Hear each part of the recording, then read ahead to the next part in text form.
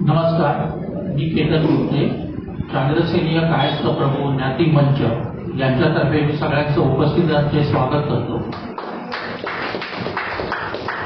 आजचा कार्यक्रम जो आहे तो वास्तुशास्त्र निगडीत असल्यामुळे हा दुसरा कार्यक्रम आहे मंचातर्फे तो आपण सुरुवात करतो. तर सर्वप्रथम मी आमचे अध्यक्ष श्री चंद्रशेखर देशमुख आणि कार्यवाह श्री योगेश देशमुख यांना विनंती करतो की त्यांनी मुख्य वक्ते श्रीमती गौरी केतकर गुप्ते यांना मंचावरती घेऊन यावे.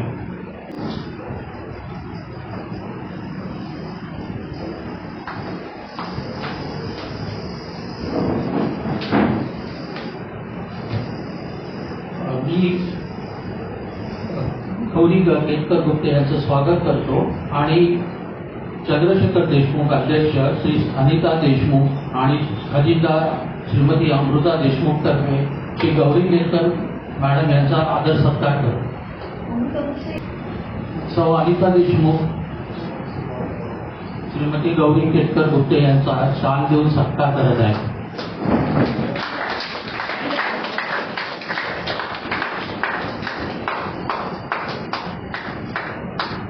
श्रीमती अमृता गुप्ते या गौरी केतकर मॅडम यांचा श्रीफळ देऊन स्वागत करत आहे. डॉक्टर सुरुची प्रधान यांच्यातर्फे पुष्प देऊन मॅडमचा सत्कार करत आहे.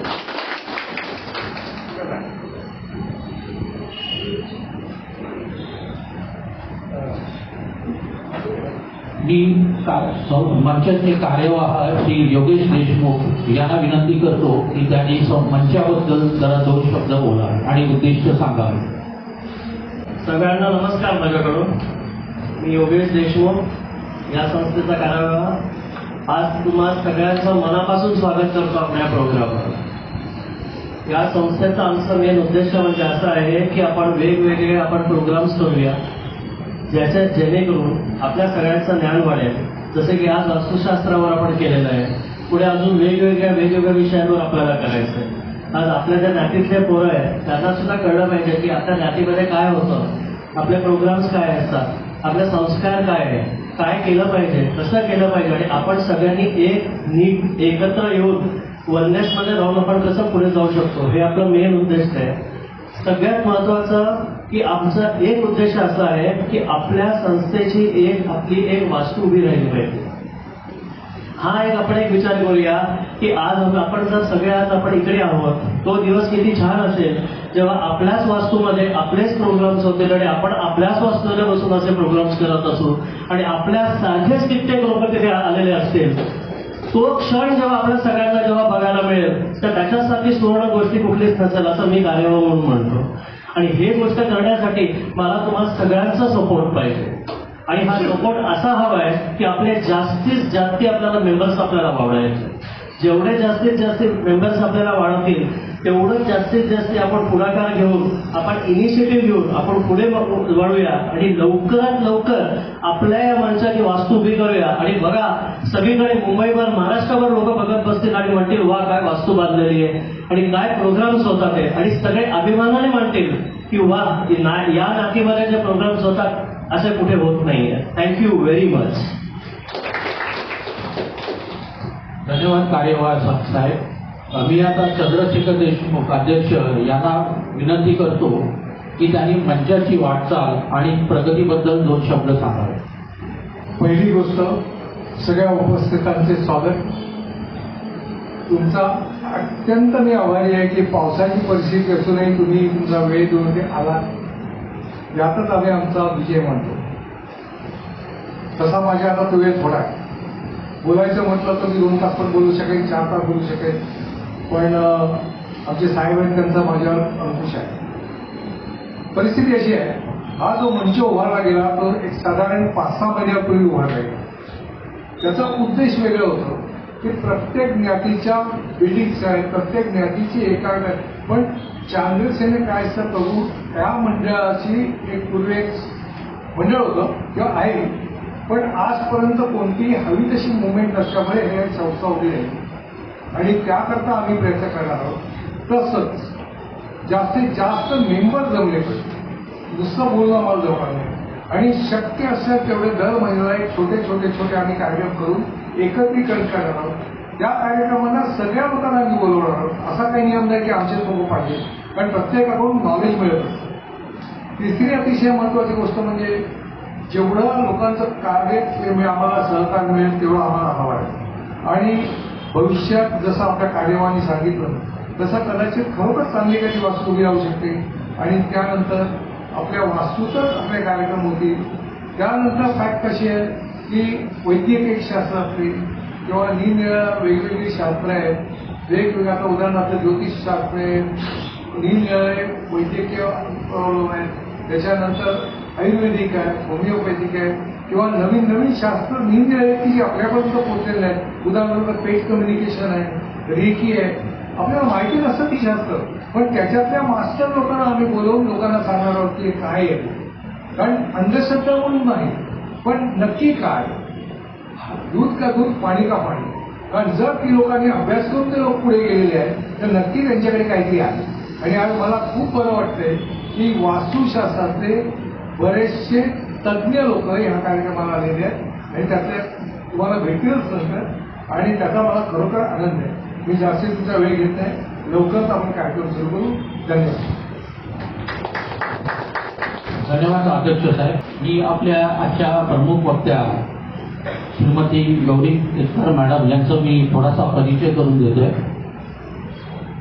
मंचातर्फे विविध कार्यक्रमाचे आयोजन केले जाते. आजचा कार्यक्रम हा वास्तुशास्त्र निगडीत आहे. वास्तुशास्त्र बद्दल खूप जिज्ञासा, कुतूहल आणि आदरयुक्त भीती समाजामध्ये पाहावयास मिळते.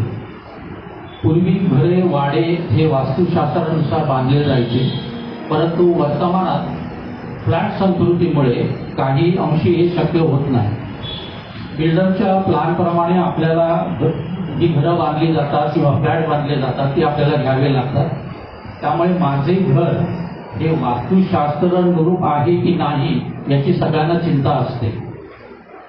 तसेच अष्टदिशांचे पालन करणे की नाही होते की नाही हेही पाहणे तसे महत्वाचे. याबद्दल प्रसिद्धी माध्यमावर माहिती जरी उपलब्ध असली तरी योग्य तज्ज्ञ व्यक्तीचे प्रत्यक्ष मार्गदर्शन लाभणे ही मोलाचे ठरते. आज आपल्याला श्रीमती गौरी केतकर मॅडम वास्तुशास्त्रावर मार्गदर्शन कराव्यास लाभल्या आहेत. मी थोडक्यात त्यांचा परिचय करून देतो. श्री गौरी मॅडम या मुलुंडमधील प्रतिष्ठित डॉक्टर कैलासवती श्री रजनीकांत पुरुषोत्तम गुप्ते यांच्या सुकन्या आहेत. वास्तुशास्त्र बद्दलची गोडी आणि जिज्ञासा त्यांना त्यांचे आतेशास्त्रे कोल्हापूरचे प्रसिद्ध ज्योतिषी आणि वास्तुशास्त्रकार कैलासवासी श्री शशिकांत गद्रे यांच्यामुळे लाभले. कैलासवासी श्री गद्रे यांचे मार्गदर्शन आणि सखोल अभ्यास वृत्तीमुळे त्यांनी या शास्त्रात प्रावीण्य मिळवले आणि तेही राष्ट्रीय बँकेत नोकरी करत असतात. श्रीमती गौरी मॅडम या मागील 30 वर्षापासून वास्तुशास्त्रावर मार्गदर्शन करत असून आतापर्यंत त्यांनी शेकडो कुटुंबांना योग्य सल्ला देऊन त्यांच्या समस्यांचे निवारण केले आहे. अशा या श्रीमती गौरी मॅडम आपल्याला लाभल्या आहेत. मी त्यांच्याकडे कार्यक्रमाची सूत्र देऊन त्यांना विनंती करतो की आपण उपस्थितांना मोलाचे मार्गदर्शन करावे.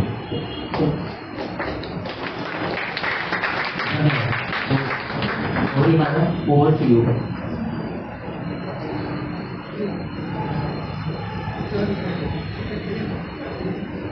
नमस्कार.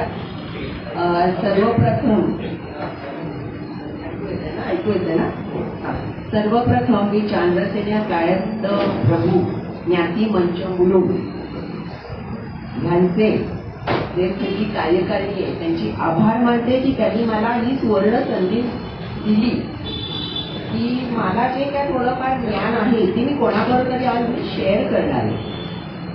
तर त्याच्याबद्दल त्यांचे आभार. तसंच तुम्ही सगळे इकडे आलाय या पावसाचं म्हणजे जे काय आहे तो काही नियमाप्रमाणे काहीच नाहीये त्याचं. त्याच्यामुळे प्रत्येकाला असं वाटतं एवढं मळवलं तर आता कुठे जायचं, पाऊस नक्की पडणार आणि आपण भेटणार. पण तरी सुद्धा तुम्ही सगळे इथे हजर आहात, उपस्थित आहात, तर त्याच्याबद्दल आपल्यालाही धन्यवाद. आता वास्तुशास्त्र, आता तुम्ही मला सांगा, आपल्या लहानपणी कोणी ऐकलं होतं का? म्हणजे अनिताताई तुम्ही सांगा, वास्तुशास्त्र हा शब्द ऐकला होता का? नाही. म्हणजे 50-60 वर्षापूर्वी कोणालाही वास्तुशास्त्र हे काही फार माहिती नव्हतं.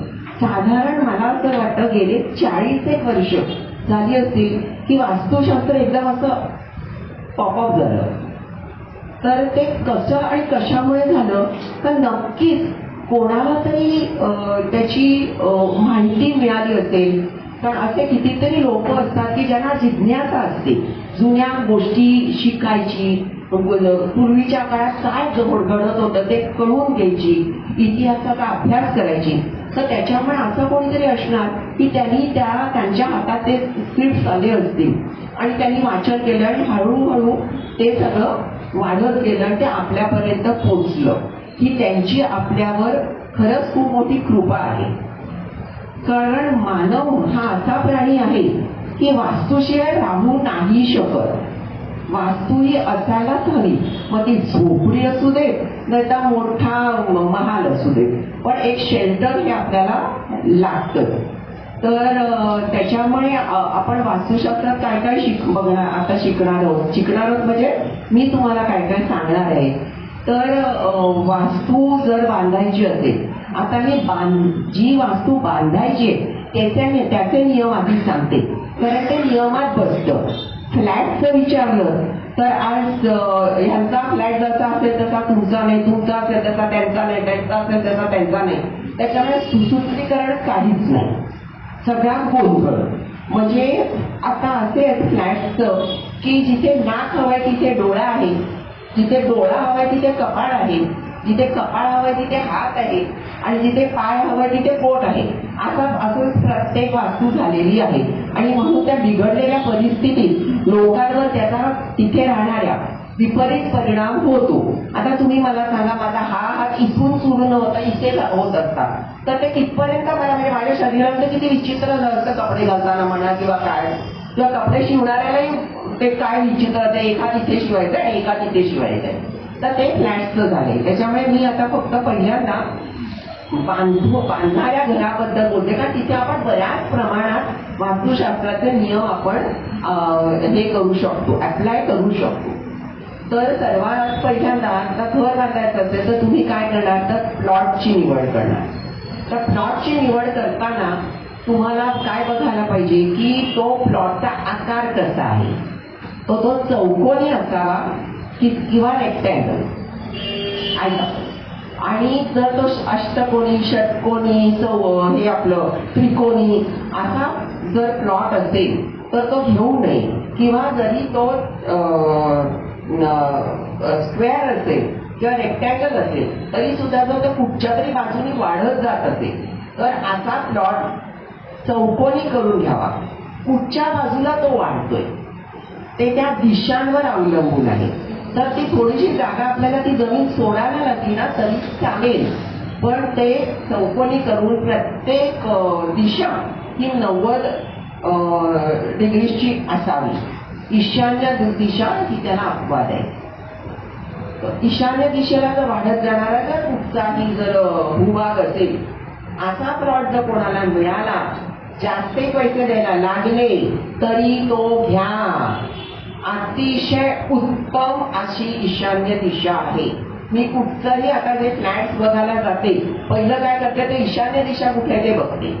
तर आता दिशा कशा बघायच्या, तो होका यंत्र बरोबर त्या ब्रह्मस्थानी ठेवा आणि तुम्ही त्या कशा कुठे आहेत त्याच्यासाठी आपण हे करून घ्यायची, माहिती करून घ्यायची आणि मग पुढे जायचं. तर आता जे मी सांगत होते की घर बांधायचे तर प्लॉट, तर त्याची जर कुठची बाजू वाढती असेल तर ती थोडीशी हवं तर ती 90 डिग्रीची करून घ्या. दिशा कुठच्या आहेत, पूर्व, पश्चिम, उत्तर, दक्षिण आणि उपदिशा आहेत त्या आहेत ईशान्य, आग्नेय, नैऋत्य आणि वायव्य.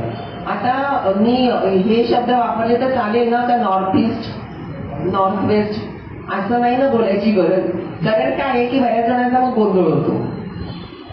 तर ह्या दिशा आहेत.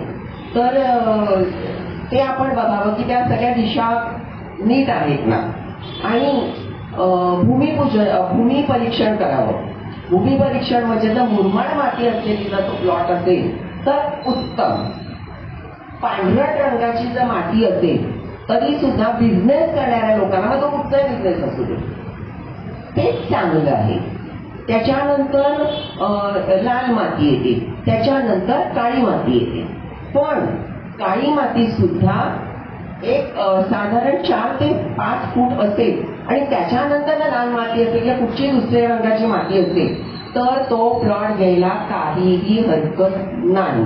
म्हणजे असं नाही वर काळी माती म्हणजे याचे हा नको बाबा नको, मग काही आपल्याला करताच येणार नाही, काही आपल्याला मिळणारच नाही. आधी आता सगळ्यातच शॉर्टेज आहे.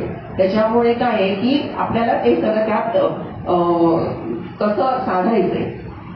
तर आता हे जे वास्तुशास्त्र आहे हे आपल्या ऋषीमुनीने लिहिलेलं आहे. पर्यावरणातील अनिष्ट शक्तींपासून आपल्या शरीराचं आणि आपल्या शरीरात चालणाऱ्या जीवरासायनिक क्रियांचं व्यवस्थित रक्षण व्हावं, अनिष्ट शक्तींपासून त्यांचं रक्षण व्हावं, त्यांची प्रगती व्हावी म्हणून खूप मेहनत घेऊन ते स्वतः तर गुहेत राहत होते. कितीतरी लोक तर बर्फाच्या त्या हिमालयात राहतात. त्यांची घरं नव्हती पण त्यांची साधना अशी होती आणि त्यांना काही नको होतं.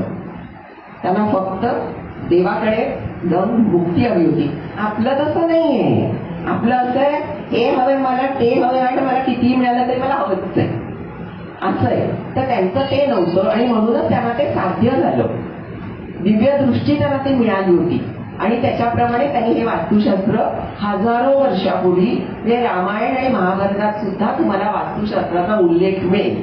एवढंच नाही तर आपले 18 पुराणांपैकी 9 पुराणांमध्ये वास्तुशास्त्राचा वेगवेगळ्या यांनी उल्लेख केलेला आहे. त्याच्यात सुद्धा अगदी डीप अभ्यास केलेला तुम्हाला वाचायला मिळेल. म्हणजे कशात तुम्हाला राजमहाल कसे हवे, घरं कशी बांधावी, नगरं कशी हवी, देवळं, उंचावरील घरं, उंचावरील देवळं, नदीकाठची पाण्याजवळची घरं, अशी अनेक गोष्टी आहेत. मूर्तिकला, त्याच्यानंतर किल्ले, अशा बऱ्याच गोष्टी वेगवेगळ्या पुराणात त्याची आपल्याला माहिती मिळते. आता ह्याच्याबरोबरच तुम्ही मला सांगा, 30-35 वर्षाचं एक बिल्डिंग झालं की लगेच रिडेव्हलपमेंट का हो विचार करायला लागतो. इथे लिकेज होतंय, तिथे काहीतरी होतंय, तिथलंच काहीतरी पडतंय. कारण जे वास्तुशास्त्रात ज्या वस्तू वापरण्याच्या सांगितल्या गेलेल्या आहेत त्या वापरल्या जात नाही. आमच्याकडनं बाहेरून ज्या वस्तू येतात, कळलं, बाहेरून ज्या गोष्टी येतात. आता किल्ले, महाराजांनी एवढे किल्ले बांधले, तुम्ही मला सांगा ते दगड कसे एकमेकांना जॉईन केलेले. तेव्हा सिमेंट नव्हतं, तेव्हा एक अशी गोष्ट होती म्हणजे ते लोह वितळायचे, ते त्याच्यामध्ये घालायचे, ते सांडायचे, त्याच्याबरोबर एक असं मिश्रण करायचे. ते दिसताना त्याचा ग्रेइश कलरच येतो. त्याच्यात उडदाची डाळ होती, त्याच्यात उडदाची डाळ आहे आणि ते तीन गोष्टी आहेत. मला त्या 2 गोष्टी आता आठवत नाही पण त्याच्यात उडदाची डाळ आहे हे महत्वाचं.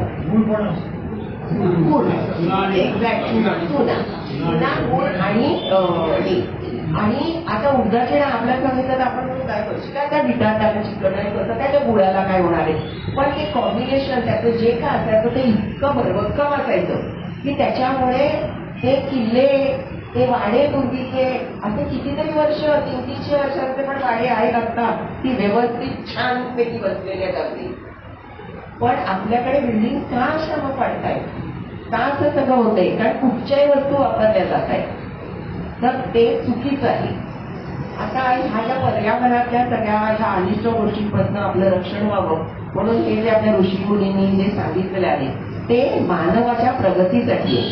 कारण मानव हा पृथ्वीवरील एक अतिशय महत्वाचा घटक आहे आणि त्याचं रक्षण व्हावं म्हणून सगळ्या निसर्गापासनं, पंचमहाभूतांपासनं त्याचं कसं काय जास्तीत जास्त पॉझिटिव्ह एनर्जी घेता येईल, पर्यावरणापासून कशी पॉझिटिव्ह एनर्जी घेता येईल जास्तीत जास्त प्रमाणात, त्याच्यासाठी त्यांनी वास्तुशास्त्राची निर्मिती केली. आता सूर्य हा आपल्या सूर्यमंडळातील सर्वात महत्वाचा ग्रह आणि तोच आपल्याला उठल्या उठल्या पहिला दिसतो आणि तो दिसतो म्हणून आपला विश्वास आहे. आत्ताच्या तरी पिढीचं तसंच आहे. सूर्य दिसतो ना म्हणून आपला सूर्य आहे, चंद्र दिसतो तो म्हणून तो आहे. पण शनी आफ्रिका काय म्हणतात ते काय ज्योतिषी विदेशी काय सांगतात पुण्यात काय माहिती इतर ग्रह काय, पण ते तसं नाही. सूर्याच्या किरणाचा जो दिवसभर आपल्यावर जो परिणाम होत असतो तो त्याच्यामुळेच आपल्याला ही ऊर्जा मिळत असते.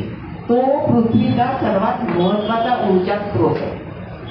आणि सूर्यास्त झाल्यानंतर जे बाकीचे ग्रह आहेत त्यांची किरण कार्यरत होतात, त्याचाही आपल्यावर परिणाम होत असतो. याचाच अर्थ निसर्गाशी आपण सतत जोडले गेलेलो आहोत. आपण म्हणू नाही शकत काही होणार नाही असं सगळं काही नाही. मी छत्रीच्या पण पाऊस इथे तरी ओलं करतोच ना तुम्हाला, तसंच येते हे, त्याच्यातनं तुमची सुटका नाहीये. बरं, आता ह्या आपल्या निसर्गात ह्या आपल्या पर्यावरणात दोन प्रकार आहेत, म्हणजे एक ऋण आयन आणि एक धन आयन. तर धन आयन हे काय आहे तर ते पॉझिटिव्ह विचार आणि ऋण आयन हे निगेटिव्ह विचार. तुम्ही जर एखाद्या हॉस्पिटलमध्ये जर गेला तर तिथे तुम्हाला बरं वाटतं का? हॉस्पिटलवर जायला आवडतं का?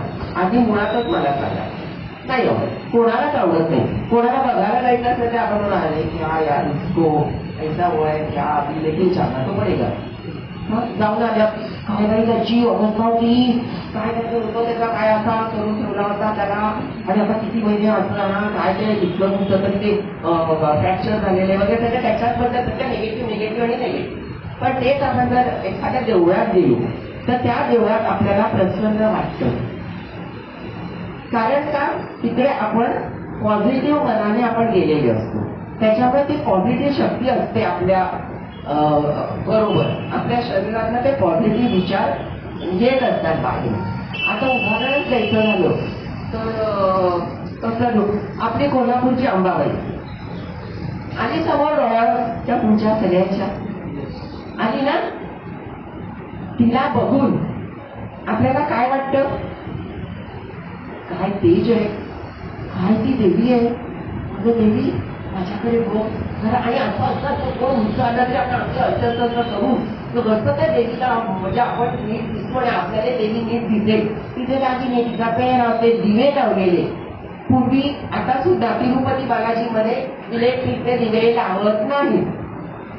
एस्पेशली साऊथला तुम्ही गेला तर त्यांच्या मंदिरांमध्ये एक तर पावित्र्य चांगल्या तऱ्हेने पाळलं जातं आणि दुसरं म्हणजे तेलाचे दिवे असतात, हे इलेक्ट्रिकचे दिवे नसतात. ह्याच्यामुळे उलट ती जी एनर्जी आपल्याला त्या मूर्तीचं मिळत असते त्याला मध्ये अडथळा निर्माण होतो आणि कोणीही पटकन ह्याच्यात गर्भगृहात कोणाला जाऊन देत नाही. आपल्याकडे पटापट असं त्या देवाला हात लावतात. असं कोणी आपल्याला लावला सारखा कोण मला इथेला नाही आवडणार, पण आपण देवाला सहज हे करतो. आपल्याकडे गणपती जेव्हा आपण बसवतो तेव्हा जो बसवणारा असतो आंघोळ करतो, सोहळं लेखतो आणि गणपती बसवतो. नंतर कोणीही त्या गणपतीला हात लावत नाही. परत संध्याकाळी जेव्हा आरती करायची असते, नैवेद्य दाखवायचा असतो तेव्हा परत आंघोळ केली जाते, सोहळं लेखलं जातं. हे सगळं साऊथला खूप प्रमाणात आहे आणि म्हणून तिथल्या मंदिरांमध्ये तुम्हाला ही ऊर्जा जास्ती प्रमाणात, मला वाटतं ट्यूबलाईटने ऐकलं की काय असं दिसत आहे मला, तर जास्ती प्रमाणात तिथं आपल्याला ते जाणवतं. तर हे जे सगळं आहे की मंदिरात गेल्यानंतर आपल्याला बरं वाटतं, वाईट कुठच्या तरी ठिकाणी गेलो की आपल्याला बरं नाही वाटत, किंवा आता एखाद्या सोहळ्याला आपण गेलो काहीतरी कार्यक्रम आहे चाललाय चांगला आणि आता आपण काही छान मस्त कार्यक्रमात हात करतो, मजा करत असतो. पण तिथे एखादा माणूस जो दुःखी आहे किंवा जो रुग्ण आहे तो तिथे तेवढा आनंदी होऊ शकतो का? थोडंसं बरं वाटेल पण पूर्णपणे बरं वाटणार नाही. कारण त्याच्या मनात सतत ते ऋण आनंदाने तो घेरलेला असल्यामुळे त्याच्या अंगाचं ते तेच सारखे फेकले जातात, म्हणून तो आनंदी वाटत नाही. आणि म्हणून आत्ताच्या जे सगळे सायन्सेस वेगवेगळे आलेले आहेत सायन्सेस की अफर्मेशन आणि पॉझिटिव्ह थिंकिंग ही पण एक अतिशय महत्वाची गोष्ट आहे.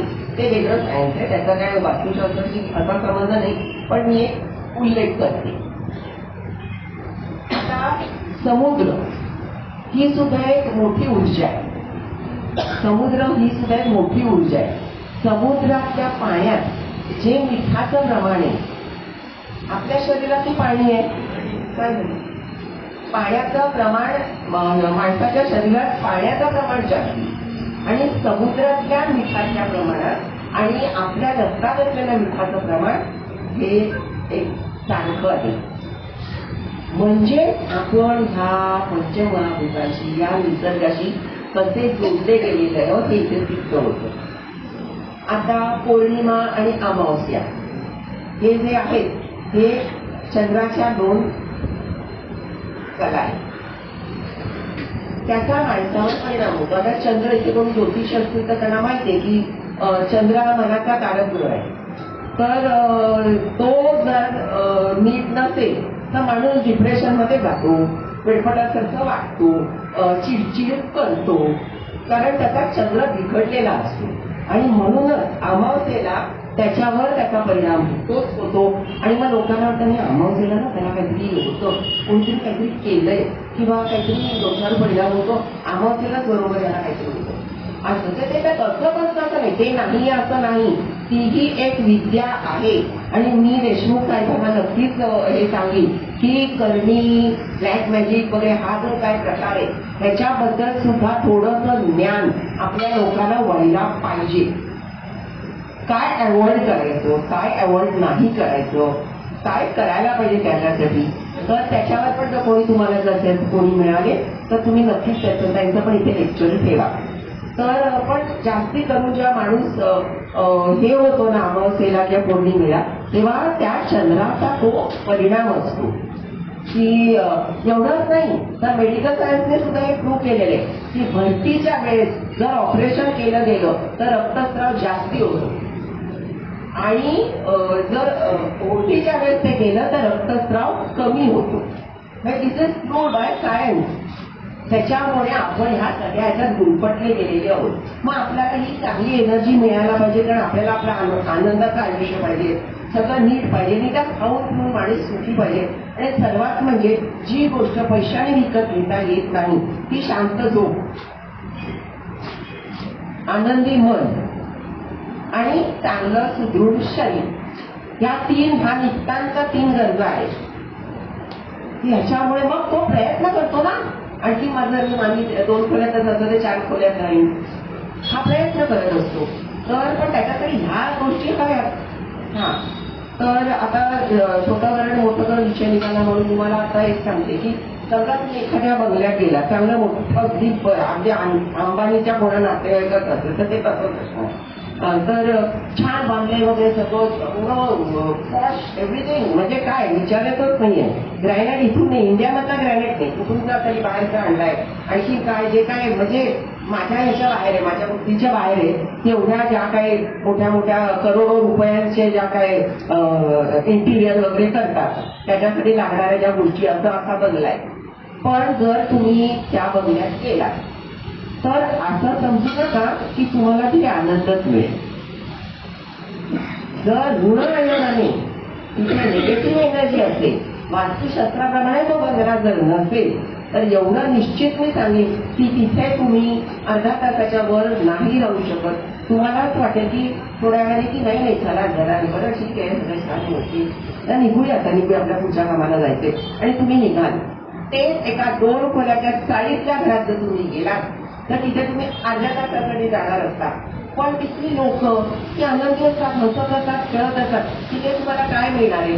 एक चहा आणि थोडासा चिवडा. हा, ह्याच्या व्यतिरिक्त नाही. त्या आधीच्या घरात गेल्या तर तिथे ज्यूस आणि आणखी काय काय काय विचारू नका. खाण्याचे अनेक प्रकार मिळतील, पण तिथे तुम्हाला चहा आणि चिवडा मिळेल. पण तरी सुद्धा तुम्हाला तिथे तुम्ही 1.5 तास बसाल, तुम्हाला उठवणार नाही. तुम्हाला त्या लोकांची गप्पा माराव्याशा वाटतील. ह्याचं कारण का की तिथे पॉझिटिव्ह एनर्जी आहे. तिथे पॉझिटिव्ह एनर्जी असल्यामुळे तिथे तुम्हाला राहावं असं जास्ती वेळ वाटतं. आणि निघताना पण माणूस निघतो, परत थांबतो. हा म्हणजे असं त्या भरत भेटूया नक्की, परत वाजतो उंबरठ्यापर्यंत जायचं तर तो 3 वेळा थांबतो आणि मग त्या उंबरठ्या असल्या आणि आनंदाने बाहेर जातो. आणि या लोकांनी तो सांगतो की नाही मी परत येणार आणि आम्ही येऊ असं वगैरे सगळं. हे का होतं याचं कारण सांगा. त्या एवढ्या चांगल्या एवढा कोट्यावधी रुपयाच्या त्या बंगल्यात चांगलं नाही वाटत, पण छोट्याशा घरात पण चांगलं वाटतं. आणि दुसरी एक गोष्ट मी आणखीन सांगेन, छोट्या घराचा म्हणून विषय निघाला म्हणून मी सांगेन की घर स्वच्छ ठेवा. त्याच्याशिवाय पॉझिटिव्ह एनर्जी तुमच्याकडे येणार नाही. ती दूषित जर येत असेल तर वास्तुशास्त्राप्रमाणे जरी घर असलं तरी संगत जन्मतच नाही, त्यांनी येत नाही, त्याचा काही लक्षच दिलेलं नाहीये आणि काही तुम्ही त्याचं नीट संगोपन केलेलं नसेल. घर सुद्धा त्याचंही संगोपन करायला पाहिजे. कुठला तरी रंग उडालेला असेल ते नंतर ठरवूया, बघूया, गणपती आला की बघूया करूया नाही. काहीतरी तिथे चांगला एक फ्रेम लावा. काहीतरी असं करा की कोणी आल्यावर त्याला अरे वा छान आहे ना यांचं घर, तर वाटलं पाहिजे. छान आहे म्हणजे ते काय फार श्रीमंत असायला पाहिजे असं अजिबातच नाहीये. पण काय गलिच्छपण आहे, काय सगळं कसं काय असे काही उद्गार कोणाच्या ह्याच्यातनं येऊ नये. आणि असे उद्गार ज्या घरात येत असतील ना, लक्ष्मी येणार नाही. हे मी 100% सांगते की जर लक्ष्मी यायला हवी असेल संध्याकाळच्या वेळेला तरी निदान तुम्ही तुमची घरं सगळी नीट स्वच्छ, ओटा तर नेहमीच साफ असावा. त्याच्यासाठी लक्ष्मीला काही हे नाहीये. कारण ओट्याचं तिथे काहीतरी पडले, सांडले, खरकट मरकट. रात्रीची भांडी सुद्धा कामाला रात्री बाई नसते, पण तरी सुद्धा ती का धुवून ठेवावी. कारण ते अंदर जे उरलेलं असतं त्याचा बॅक्टेरिया निर्माण होतो ना. म्हणजे हेल्थ वाईज पण ते तुम्हाला वाईटच आहे. त्याच्यासाठी वास्तुशास्त्रामध्ये सांगायला पाहिजे असं अजिबात नाहीये. हे तुमच्या बुद्धीचं हे आहे की ते तुम्ही किती करावं. पण एवढं नक्की आहे की ह्या सगळ्या गोष्टी तुमची वास्तू चांगली राहण्यासाठी कराव्या. आता पुढे मी सांगते की बंगला आपलं झालं, जमिनीचं झालं की आपल्याला कसं आयताकृती किंवा चौकोनी असं आपल्याला ही घ्यायचंय, प्लॉट घ्यायचा आहे. आता प्लॉट घेतल्यानंतर ती जमीन जर ते रंग पण मी सांगितले पुढचे. आता त्याची परीक्षा कशी घ्याल की ही जमीन खरंच चांगली आहे का. तर 2 खड्डे खणायचे सारखे. समजा 2 फुटाचे खड्डे खणायचे. फुल जास्ती मोठं घ्यायचं नाही तर एक साधारण 12 इंच असे ते घ्यायचे आणि ते खणायचे. आणि एका खड्ड्यातली माती जी सगळी बाहेर गेली, दोन्ही खड्ड्यातली माती बाहेर काढायची आणि एका खड्ड्यातली माती ती परत त्या खड्ड्यात घालायची. ती जर कमी पडली तर भूमी चांगली नाही. ती जर जास्ती झाली तर भूमी चांगली आहे. दुसरं परीक्षण, ह्या दुसऱ्या खड्ड्यात तुम्ही पाणी ओढता, भरून टाका पाण्याने. आणि पाण्याने भरल्यानंतर जर तुम्ही बघा, लक्ष ठेवा त्याच्यात ते कधी मुरतंय. कमीत कमी 1 तास तरी लागला पाहिजे. कमीत कमी 1 तास. 1 तासापेक्षा जास्ती लागलेलं मी चहा नाही लागत. तर ते तुम्ही मुलायला त्याला किती वेळ लागतो. 1 तासाच्या वर लागला समजा 5, लगेचच ते पाणी खाली नाही जिरता कामा.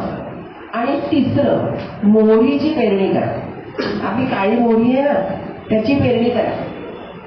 आणि बघा थोड्या दिवसात ती उगवते, ती लगेचच उगवते आणि तिला छान पिवळी अशी फुलं येतात. ती जर आली तर समजा ती भरभराट करणारी जमीन आहे आणि जरूर घ्या. ह्या 3 हे आहे की साधे सोपे उपाय आहेत की ज्याच्यावर आता आपण जमीन घेतली. आता आपल्याला काय करायचंय तर घर बांधायचंय. पण घर बांधायच्या अगोदर आपल्याला विहीर काढायची. विहीर पाहिजे. कारण आपल्या विहिरीचं पाणी जेव्हा आपल्या कन्स्ट्रक्शनसाठी आपण वापरतो तेव्हा ते शुभकारक असतं. टँकरने आले पाणी कुठून आले, स्मशानाच्या जवळच्या कुठच्या नाल्यातनं आले का तुम्हाला काय माहिती. कुठेतरी कोणीतरी जीव दिलेल्या कुठच्या तरी डबक्यातनं आलंय का? तुम्हाला काय माहिती? मग अशा पाण्यात आपलं घर बांधलं जाऊ नये, कोणालाच नाही आवडणार. नंतर तुम्हाला कळलं की अरे इथून पाणी आलं होतं हे, आणि काय ते टँकरमधनं आलेलं पाणी आपल्याला काय माहिती की काय आहे, आणि ते काय पिण्यासाठी आलेलं नसतं, ते ह्याच्यासाठी आणलेलं असतं. त्याच्यामुळे असं ते कुठूनही पाणी घेऊन येतात आणि ते तुम्हाला देतात. म्हणून आपली विहीर खणायची. विहीर ही नेहमी पूर्वेला, उत्तरेला किंवा ईशान्येला असावी. आता ईशान्येला जर विहीर केली तर ईशान्य ते नैऋत्य असा अक्ष काढावा आणि तो सोडून आयदर पूर्व बाजूला तरी किंवा उत्तरेला तरी विहीर खणावी. किंवा तुम्ही उत्तरेला विहीर खणू शकता, तुम्ही पूर्वेला विहीर खणू शकता, आणि उत्तरेच्या पुढे थोडंसं तुम्ही जाऊ शकता, पण अगदी वायव्येला जाऊ नका. थोडंसं तुम्ही उत्तरेला पुढे जाऊ शकता की तुम्हाला, कारण ते पाणी लागलं तर पाहिजे. बरं, पाणी लागण्यासाठी अशी आहेत की ज्यांना ते कळतं, ते काठीने असतं, त्याची मारतात असं, आणि त्यांना बरोबर कळतं इथे पाणी आहे, पण इथे कमी आहे, तिकडे पाणी जास्ती आहे. जर तुमचं नशीब असेल तर आहे त्या दिशांमध्ये जिथे पाणी असायला पाहिजे तिथे ते पाणी असेल. नशीब नसेल तर म्हणजे त्याला काही इलाज नाही आहे, घेतात मग लोक तसं. पण ते पण एक बघावं, आणि ते पण मी म्हणते आधी बघावं ना, तो प्लॉट घ्यायच्या अगोदर की पाणी पण कुठे आहे, आणि मग त्या विहीर बांधताना आपल्याला त्रासच होणार नाही. कोणाकोणाला माहिती येते की विहीर कशी बांधतात? काका सांगते मी की विहीर कशी बांधतात. तर मोठा चौकोन, म्हणजे आता विहिरीचा जो एक हे असेल 16 फीट समजा विहीर तुम्हाला बांधायची, तर 30 फुटाचा एक मोठा खड्डा खणतात, खूप मोठा खड्डा असा खणतात, चौकोनी. आणि पारंग्याचं लाकूड, पारंगा झाडाचं लाकूड त्या विहिरीसाठी वापरतात. कुठच्याही विहीर खाली दगडावरचं सुरू होत नाही. खाली पारंग्याचं लाकूड घातलेलं असतं, आणि पारंग्याचं लाकूड असं पांढरट असतं. आपल्याकडे गोरी माणसं कशी असतात आता यांच्यासारखी वगैरे असं असतं. आणि त्या पारंग्याच्या लाकडाचं अशा जाड अशा रिंग्स करतात. जेवढ्या फुटाची विहीर करायची तेवढ्या फुटाची अशी हे करतात, रिंग्स करतात. जाड्या असतात त्या, आणि साधारण 4 ते 5 तरी त्या रिंग्स असतातच असतात. त्याची आधी पूजा करतात. त्याचा पण एक काही नियम आहे. गुरुजींना माहिती असतं की या रिंग्सचा याची विहीर करायची, तर त्याच्यासाठी काय पूजा करावी वगैरे, आणि त्या मालकाने ती पूजा करायची असते. ही पूजा केल्यानंतर मोठे ते सूत्र हे असतं ना, रोप, त्या ह्यानी ती बरोबर त्या ठिकाणी ते सोडतात. एक आणि खालती 2-3 माणसं खालती असतात, 4-5 माणसं वर असतात. आपण असं बघायचं खालती बाजूने, आपल्याला भीती वाटते आणि त्याच्यात घसरून पडणार की काय आपण, पण ते असं हे करायचं. आणि मग नंतर ती विहीर 1, 2, 3, 4, 5 जेवढं ते पारंब्याचे त्या रिंग त्याचा तर काही एक हिशोब असेल, पाणी किती कुठच्या याच्यावर लागते त्याप्रमाणे, आणि ते एकमेकात लॉक करतात ते पारंब्याच्या हे, आणि मग त्याच्यानंतर त्याच्यावर दगडाचं बांधकाम सुरू होतं. म्हणजे का पारंब्याचं लाकूड? कारण ते फिल्टर करतं पाणी, ते पाणी फिल्टर करतं. आता मध्येच एक मी वेगळा विषय सांगते की आपण झाडं तोडतोय, कशीही तोडतोय, काहीही तोडतोय. अहो, त्या वनस्पतीमध्ये अशी एक वनस्पती तुम्हाला मिळणार नाही की ज्याचा आपल्या शरीराला, आपल्या मनाला किंवा आपल्याला मानवाला काही त्याचा उपयोग नाही. अशी एकही वनस्पती तुम्हाला मिळणार नाही. आता हे पारंग आलंच ना, पण आपल्याला इतके कसं आहे पारंगातून ते काही पण असेल. आणि हे त्या बिल्डर लोकांनी केलेले, कोणाचे बिल्डर असेल तर मला माफ करा, पण मग त्यांनी जे काय सांगते की त्यांनी जरा अंमलात आणलं तर जरा मानवाचं भलं होईल. तर ते फिल्टर करतं पाणी, आणि झरे जर चांगले लागले तर उत्तमच. उत्तम, काय काय वेळेस अगदी विहिरीत असा हात घातला तरी पाणी लागतं, कारण तिथे चांगले झरे आलेले असतात. बरं, आता विहीर खणून झाली, समजा बोरवेल करायचे, नियम हा बोरवेलचं टेक्निक मला सांगता येणार नाही, त्याच्यात मला आणि वेळ घालवायचा नाही. मग त्या तिकडे तशीच ती तुम्ही बोरवेल करू शकता, त्यातच पाणी तुम्ही. आता आपल्याला काय करायचं, हे झाल्यानंतर आपल्याला कंपाऊंड वॉल बांधायचे. Very important. कंपाऊंड वॉल बांधताना तिची सुरुवात कुठे करावी, तर ती आग्नेयला करावी.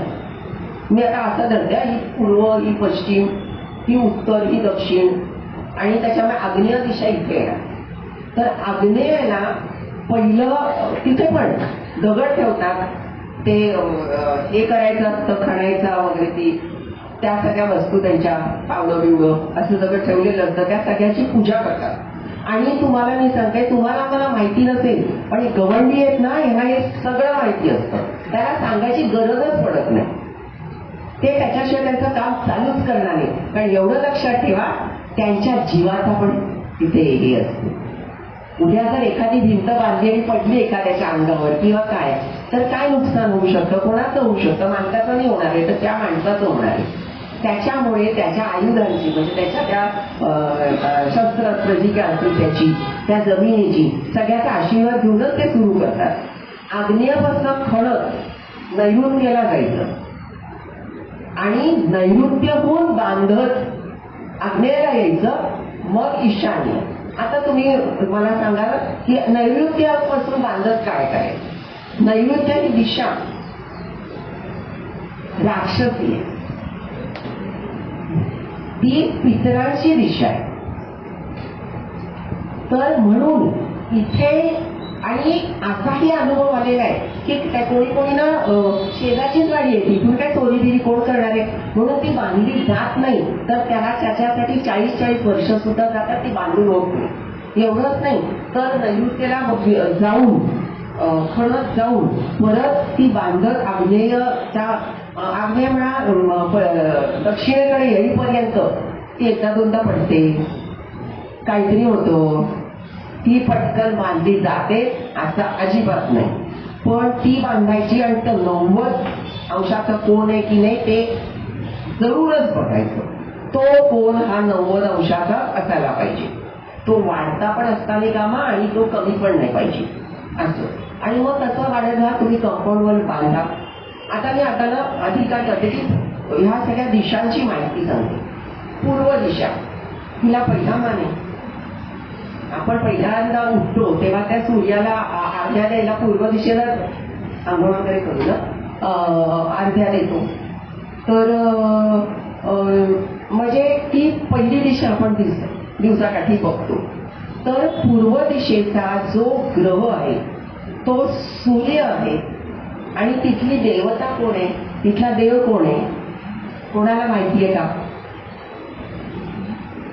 इंद्र, देवांचा राजा इंद्र हा तिथला देव आहे. आता जाऊया आग्नेयला. आग्नेयला म्हणजे आग्नेय म्हणजे त्याच्या नावावरच कळतं की अग्नी, म्हणजे त्याचा काय विचार करायलाच नकोय. तर अग्नी ही तिथली देवता आहे आणि शुक्र हा तिथला ग्रह आहे. आता हे का किचन आग्नेयला असावं, किचन आग्नेयला असावं का? कारण अग्नी तिकडे आहे आणि शुक्र जो स्त्रियांचा कारक ग्रह आहे तो तिथला ग्रह आहे. म्हणून जितक्या घरातल्या स्त्रिया त्या ठिकाणी जास्ती असतील तितका त्यांना ते पोषक आहे. तिथे शिजणारं अन्न हे सुद्धा कधीही जास्ती कमी फुकट जाणारं असं होत नाही. नंतर येते दक्षिण दिशा. आता दक्षिण दिशेचा कोण बरं देव असेल? यम. सगळ्यात घाबरतो आपण त्याला, म्हणून दक्षिण दिशा म्हटलं की ओ नो, या घराचा दरवाजा दक्षिणेला आहे, ओ नो असं सगळ्यांचं असतं. पण ते कसं असू नये ते मी तुम्हाला नंतर सांगेन. तर दक्षिणेला यम हा तिथला देव आहे आणि मंगळ हा तिथला ग्रह आहे. म्हणजे काय कॉम्बिनेशन आहे ते बघा तिथलं, ते तितकंच खरं. त्याच्यानंतर येते नैऋत्य दिशा. नैऋत्यला नैऋती ही राक्षसी तिथली देवता आहे आणि राहू हा तिथला देव आहे, नाही ग्रह आहे. आता राहू कुंडली बघितली पहिलं काय म्हणत, राहू केतू बघा, हो काय पितृदोष आहे, नारायणनाथ बळी करा, नाहीतर मग ते त्रिपिंडी श्राद्ध करा, नाहीतर ते आमचं करा, ते मग तुमचं तर ते घरातला तो राहू आधी नीट ठेवा. तिथे ती वाढत गेली तर ते जास्तीच होणार ना, त्याला जास्ती फैलावेल तो, आणि नेगेटिव्ह एनर्जी तुमच्याकडे जास्ती येईल. आधी नैऋती राक्षस होती तिकडे, तर त्याच्यामुळे की हा कोपरा नेहमी जड असावा. सामान भरून ठेवायचं तिथे, पण ते सामान भरून नाही ठेवायचं, मध्ये मध्ये काढायचं, नाही तर सगळी निगेटिव्हिटी तिथे साठली जाते.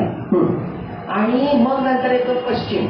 पश्चिमेला शनी हा ग्रह आहे आणि वरुणाची ही दिशा आहे पावसाची. नंतर वायव्य, चंद्र हा ग्रह आहे आणि वायू ही तिथली देवता आहे.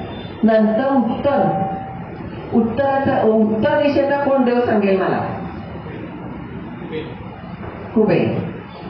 कुबेर हा तिथला देव आहे आणि बुध हा तिथला ग्रह आहे. नंतर ईशान्य. ईशान्य दिशा ही सर्वात महत्वाची आहे. ती कुठे वास्तुशास्त्राच्या कन्सल्टेशनसाठी जाते, मग ते रेसिडेन्शियल असं, कमर्शियल असू दे, हॉस्पिटल असू दे, क्लिनिक असू दे, दुकान असू दे, हॉटेल असू दे, काही पण असू दे, ईशान्य दिशा मी आधी बघते. ती दिशा जर बरोबर असेल तर मी त्यांना सांगते हा हे घ्या, किंवा ती जर बरोबर नसेल तर डोक्याला फक्त माझ्या भयंकर ताप असतो. त्या लोकांना काही कळतच नसतं ना की काय आहे त्याचा परिणाम, पण मला कळत असतो. जसं कुंडली बघितल्यावर ऍस्ट्रोलॉजरला कळतं की अरे काय हे काय चाललंय, कुठचा ग्रह कोणाबरोबर आहे किंवा काय ते. तर ईशान्य दिशा हिला का महत्व आहे, कारण ही सर्वात जास्त पॉझिटिव्ह एनर्जी खेचणारी आहे आणि इथे महादेव इथले देव आहे आणि गुरु हा इथला ग्रह आहे. आणि म्हणूनच ईशान्य दिशा ही नेहमी मोकळी आणि स्वच्छ ठेवा. पहिलं काय काम करा तर तेच करा. आज घरी जाऊ की सगळं काही कुठे ईशान्य दिशा शोधून काढा आणि त्या दिशेला काही वाटेल ते असेल ना ते सगळं बाजूला करा. छान गोष्टी, नाजूक गोष्टी असं सगळं काहीतरी ठेवा की तिथे तिथली ऊर्जा अशी आपोआप हे होईल, पॉझिटिव्ह होत जाईल. हा बरं, आता मी तुम्हाला ह्या सगळ्या दिशांचं सांगितलं. तर आपण मग असे आता घर बांधत होता, तर आपलं घर बांधताना आता प्लिंथवर आलोय आपण. तर प्लिंथ पण तसंच आग्नेयापासून सुरू होते. जिथे एक खणायचं असतं तिथे एक दगड ठेवतात, त्याची पूजा करतात, घरमालकाकडनं ती करून घेतात आणि पहिली पहार तिथे मारतात आणि ते पण असंच खणत जायचं. तोच रूल जो ह्याला होता बाहेरच्या कंपाऊंड वॉलला, तोच रूल, आणि ह्या बाजूनेच ते सगळं बांधत जातो ते प्लिंथ. त्याच्यानंतर जेव्हा फ्लोरिंग करा, म्हणजे आता मी जरा थोडं पुढचं बोलते की घर समजा बांधून जरा फ्लोरिंग करायचंय, तर फ्लोरिंगचा स्लोप हा नेहमी दक्षिणेपासून उत्तरेकडे आणि ईशान्येकडे असावा. पाणी जर तुम्ही नैऋत्येला ओतलं तर ते बरोबर त्या बाजूला गेलं पाहिजे. ह्याचं एक उदाहरण मी देते. आम्ही एकदा गेलो होतो अलिबागला आणि 3-4 दिवस आम्ही तिथे राहिलो होतो आणि तिथे पावसाचे दिवस होते, पाऊस होता आणि कुठून तरी आणि आमच्या दरवाज्यातून पाणी बाहेर येत होतं. सगळं व्यवस्थित लॉक केलं होतं, नळ बिळ सगळे बंद आहेत तिने बघितले होते. तर आम्हाला केवढा पाऊस पडलाय की काय, की आपल्या त्या वरच्या शटरमधलं तिथून पाणी आलंय का काय, कुठून आलं पाणी, काही कुठं संडासातलं पाणी बाहेर आलंय की काय, का कुठचं काय आलंय, म्हणजे असं झालं. माझे मिस्टर तिथून निघाले, ते घरी आले, त्यांनी दरवाजा उघडला तर आमचा बेसिनचा नळ उघडा होता. कोणी निघता पटकन हात उचला ते तर राहिला असेल, कशामुळे असेल, आणि ते बेसिन ते साधारण त्या बाजूला आणि पाणीही आलं होतं त्या याच्यामधनं आणि ते सगळं पाणी असं ईशान्येला माझा दरवाजा आहे घराचा आणि ते त्या दरवाज्यातनं बाहेर पडलं. तेव्हा मी माझ्या त्या जो माझा कॉन्ट्रॅक्टर होता तेव्हा त्या शाबासकी दिली, कारण त्याला मी आधीच सांगितलं होतं मला हा स्लोप पाहिजे म्हणजे पाहिजे. आणि घर किती मोठं असू दे किती लहान असू दे, तुम्हाला साधारण 1 ते 1.5 इंचाचा स्लोप मिळू शकतो. म्हणजे असं होऊ शकत नाही की फ्लॅटमध्ये स्लोप मिळू शकत नाही, मिळू शकतो. तर त्यांनी मी म्हटलं अरे अगदी तू छान केलं, बरोबर परफेक्ट काम केलं. हे झालं.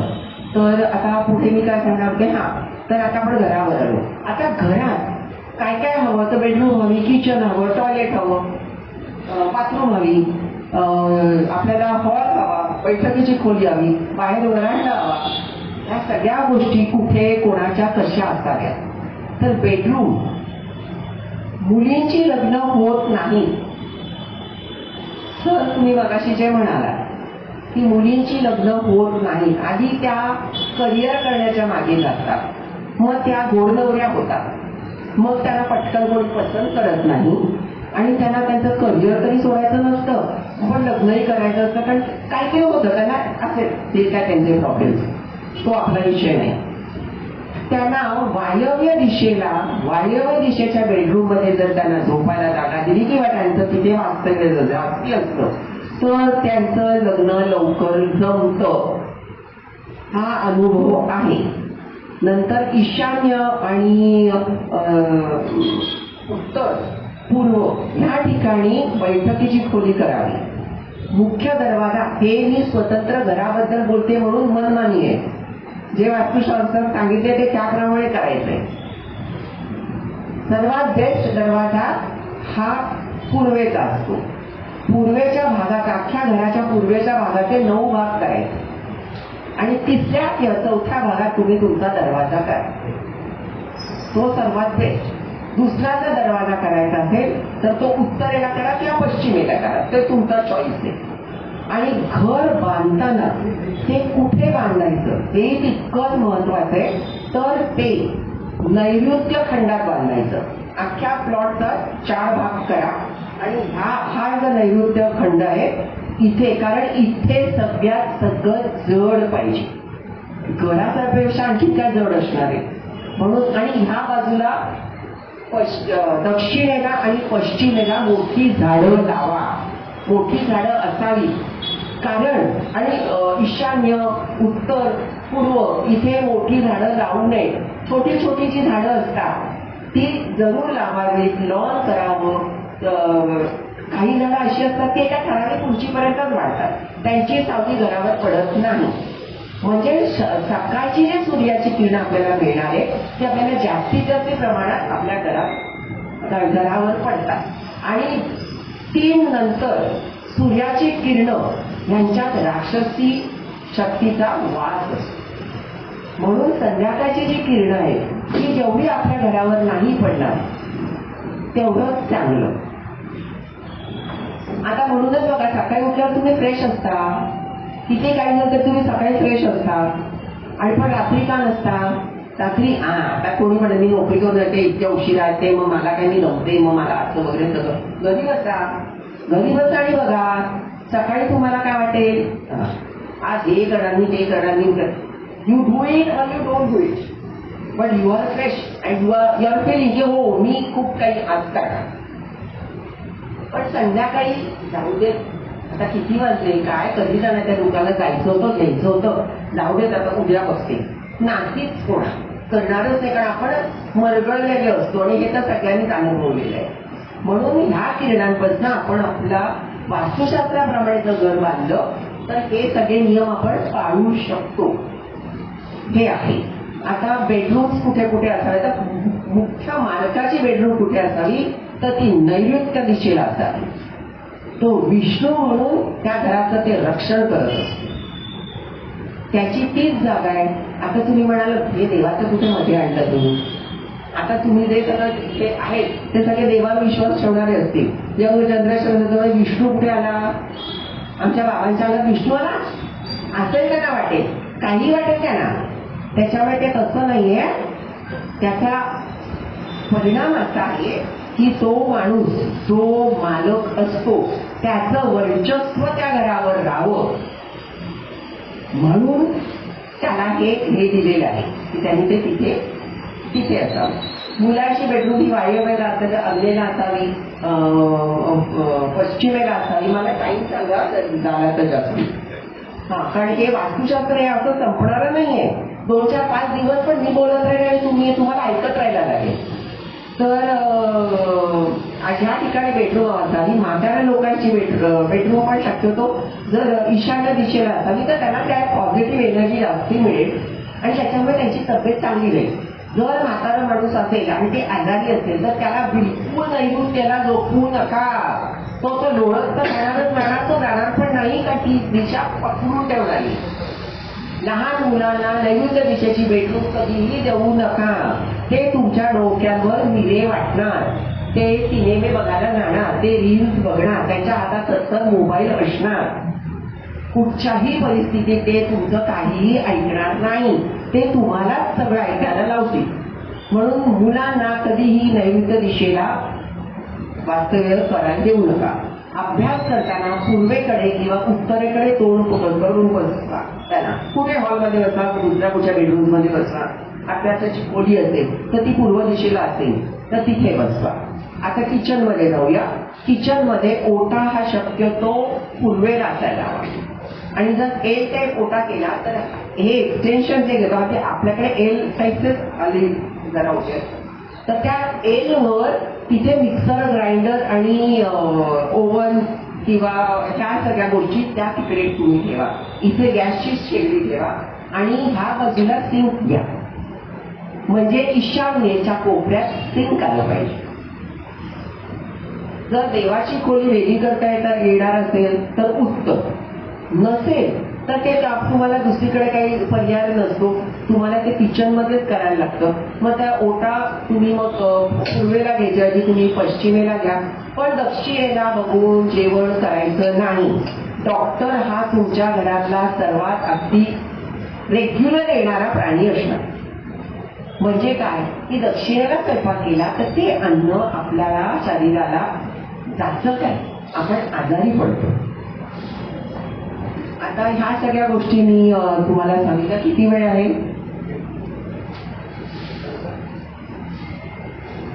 आहे ना? तर आणि तुम्ही कोण बोल नाही ना मला? हा, तर आहे ना इंटरेस्टिंग? Okay, very good.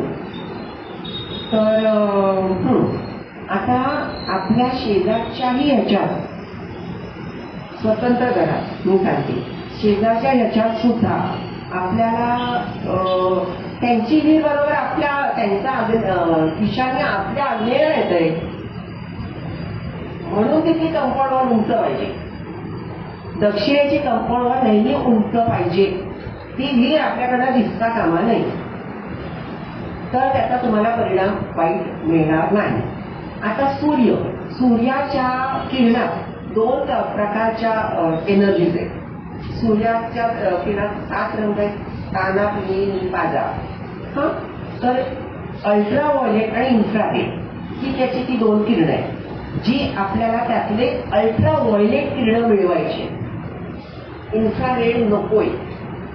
आणि दक्षिणायन आणि उत्तरायण ह्या 2 सूर्याच्या आहेत की उत्तरायण असं तेव्हा तो उत्तरेकडनं पश्चिमेला जातो आणि दक्षिणायनला तो दक्षिणेकडनं पश्चिमेला जातो. आणि पृथ्वीचा जो चुंबक असतो तो स्थिर आहे, तो नाही असता फिरत. लोक सांगतात की सूर्य आमचा इथून दिसतो, नाही सूर्य आमचा इथून दिसतो. नका सांगू, ते होकायंत्र काय ते मला सांगेल. कारण होकायंत्र इथे पूर्व दाखवते, भले तो सूर्य तिथे असू दे, पण दक्षिणायन असल्यामुळे तो सूर्य इथे दिसतोय. ह्या सुद्धा सगळ्या बारीक बारीक गोष्टी आहेत की ज्या लक्षात ठेवण्यासारख्या आहेत. आणि त्याच्याप्रमाणे तुम्ही जर तुमचं घर बांधलं, उत्तरेला पूर्वेला जास्ती खिडक्या असाव्या, खिडक्यांची संख्या सम असावी, दरवाज्यांची संख्या सम असावी. जर पुढे बाहेर पॅटिओ असेल, घर बांधणार तर ओसरी असायचीच की, पूर्वीच्या आपल्या घरांमध्ये ओसरी असायचीच की तिथे सगळे मंडळी बसायची, रात्रीची जेवणं व्हायची. इव्हन एकादशी म्हणा किंवा काय जे उपवासाच्या दिवशी वगैरे, महाशिवरात्र वगैरे सगळी थालीपीठ वगैरे केलेली सगळी बाहेर यायची आणि आपण सगळे तिथे बसून आपण सगळे त्याचा स्वाद घ्यायचो. तर तुम्ही कधी लक्षात ठेवा, जर अशी कोणाकडे मोठी जर ओसरी असेल त्याच्या कुठच्या बाजूला तुम्हाला बसायला आवडतं? मी खात्रीने सांगते की तुम्ही उत्तर बाजूलाच जाऊन बसणार, ईशान्य बाजूला त्या बाजूलाच बसणार, तुम्ही ह्या बाजूला जाऊन नाही बसणार. आग्नेयाकडे तेवढीच जरी ती ओसरी असली तरी तिकडे तुम्ही नाही बसणार. तसंच दुसरे जिन्याला पण नियम आहे की किती पायऱ्या असाव्या, तो कुठून सुरू व्हावा आणि तो कुठच्या दिशेने वळून तो कुठच्या दिशेला वर जावा ते पण आहे. पण हे सगळं स्वतंत्र करा. दुसरं एक अतिशय त्रास देणारी गोष्ट म्हणजे टॉयलेट. पूर्वीच्या घरात तुम्ही मला सांगा, आपल्या घरात टॉयलेट होते का आजीच्या वेळेस? अजिबात नाही, बाहेर असायचे, पंचाकडे बाहेर. त्याचं कारण हेच आहे की तिथे मॅक्झिमम निगेटिव्हिटी असते आणि ती निगेटिव्हिटी आपल्याला घरात, आपल्याकडे तेव्हा बाथरूम असायचा आंघोळीसाठी, बंब वगैरे असायचा लावलेला, हा, आणि मोरी हा प्रकार किचनमध्ये असायचा की भांडी घासायला ती मोरी वापरायची. तिथे कोणी आंघोळ बिंघोळ नाही करायचं, ती मोरी भांडी घासायलाच असायची. हा, नंतर चूल असायची, ओटा नंतर ओटा यायला लागला. आधी चुली होत्या पण नंतर ओटा यायला लागला. पण संडास काय कोणाचाही, टॉयलेट कोणाचंही घरात असायचं नाही. आणि तेव्हा घरं इतकी मोठी मोठी असायची ना, जागाही खूप मोठी हो हे सगळं करायला. मालकांचं टॉयलेट वेगळं, बाकी त्यांचे जे टेनर्स आहेत त्यांचे टॉयलेट्स वेगळी, असं सगळं असायचं, पण घरात नसायचं कोणाच्याही. त्यामुळे आज जी निगेटिव्हिटी आपल्या घरात येते ना, त्याला तुम्ही काहीही करू शकत नाही. ते कुठच्याही बाजूला असू दे, ते निगेटिव्हच असतं. फक्त आपण आता काय म्हणणार, आता मी गेले कुठच्या ह्याच्यात आणि तिथे बघितलं की पूर्वेला आहे, दक्षिणेला आहे, नैऋत्येला आहे, तर मी सांगेन नाही नैऋत्येला आहे ना, जरा म्हणजे जास्ती वाईट आहे. हे ठीक आहे, ठीकच नसतं ते खरं म्हणजे. ह्याच्यापेक्षा ते बरं, हा, त्याच्यापेक्षा ते पूर्वेचं बरं, त्याच्यापेक्षा ते उत्तरेचं बरं. वायव्याला केलं तरी चालतं. वायव्याला टॉयलेट जरूर असावे, बाथरूम टॉयलेट वायव्याला जरूर असावे घरात असेल तर. बरं, आणखी एक मला एकदम आठवलं म्हणून मी सांगते की आता पूर्वीचं वास्तुशास्त्र आत्ताच्या दिवसात पूर्णपणे तुम्हाला अजिबात ते अप्लाय करता येणं शक्यच नाही, अगदी शक्यच नाहीये. पण मला असं वाटतं की जरा बिल्डर लोकांनी निदान हे टॉयलेटला ते तुम्ही बदलू नाही शकत.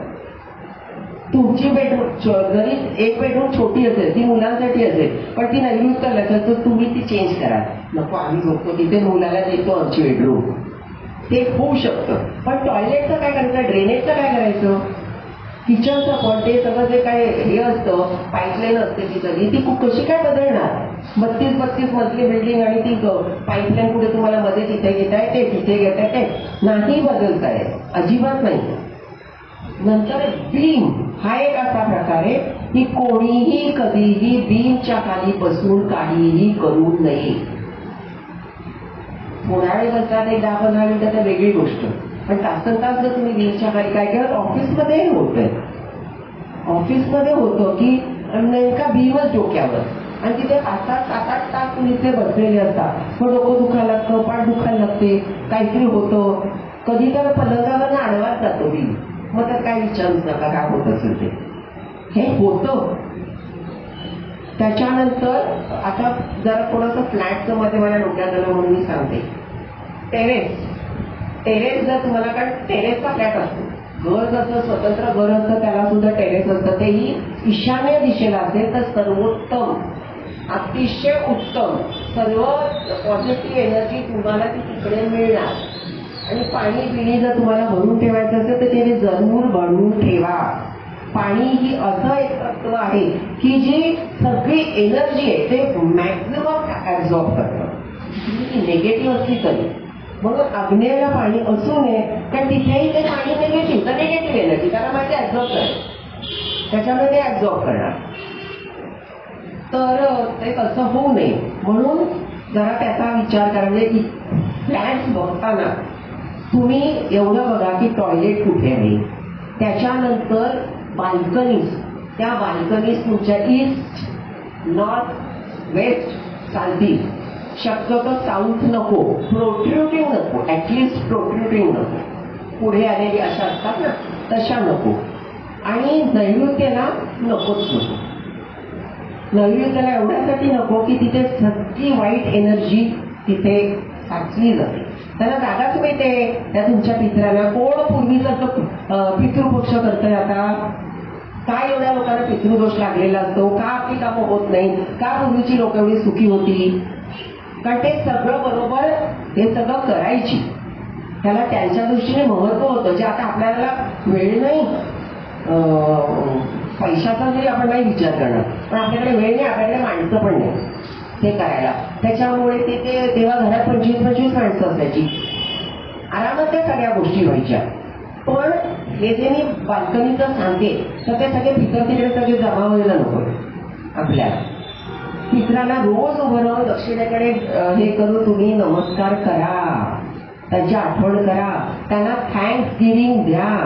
त्या तुमच्यामुळे आम्ही आहोत, तुमच्यामुळे आम्हाला आमचं सगळं चांगलं झालंय, तर तुमचा आशीर्वाद असाच आमच्यावर राहू द्या. तर आणि आम्ही तुम्हाला मिस करतोय. मिस केला हा शब्द म्हटला तरी चालेल. आम्ही तुम्हाला काय आम्हाला तुमची खूप आठवण येते किंवा असं म्हणायचं मी मिस यू. ओके, काही हरकत नाही, तेवढा पितरांना बरोबर कळतं. हां, तर मी गच्चीचं सांगत होते. मी तुम्हाला सांगते, मुलुंड एका वास्तुशास्त्रासाठी मी गेले होते एका फ्लॅटमध्ये. माझ्या स्वतःसाठी मला तो फ्लॅट हवा होता आणि तिकडे गेला मी, माझे मिस्टर तो इन्स्टिट्यूशन असं आम्ही गेलो तिकडे आणि तो फ्लॅट बघितला. मस्त, एकदम छान. तो आता त्या कोणाचा होता तो फ्लॅट जर मी सांगितलं, नाव सांगितलं तर त्याला तुम्ही सगळे ओळखत असणार. तिला पुढची स्टोरी सांगितलं तर ईस्टमधील लोकांना सुद्धा कदाचित स्ट्राईक होईल की मी कोणाबद्दल बोलते.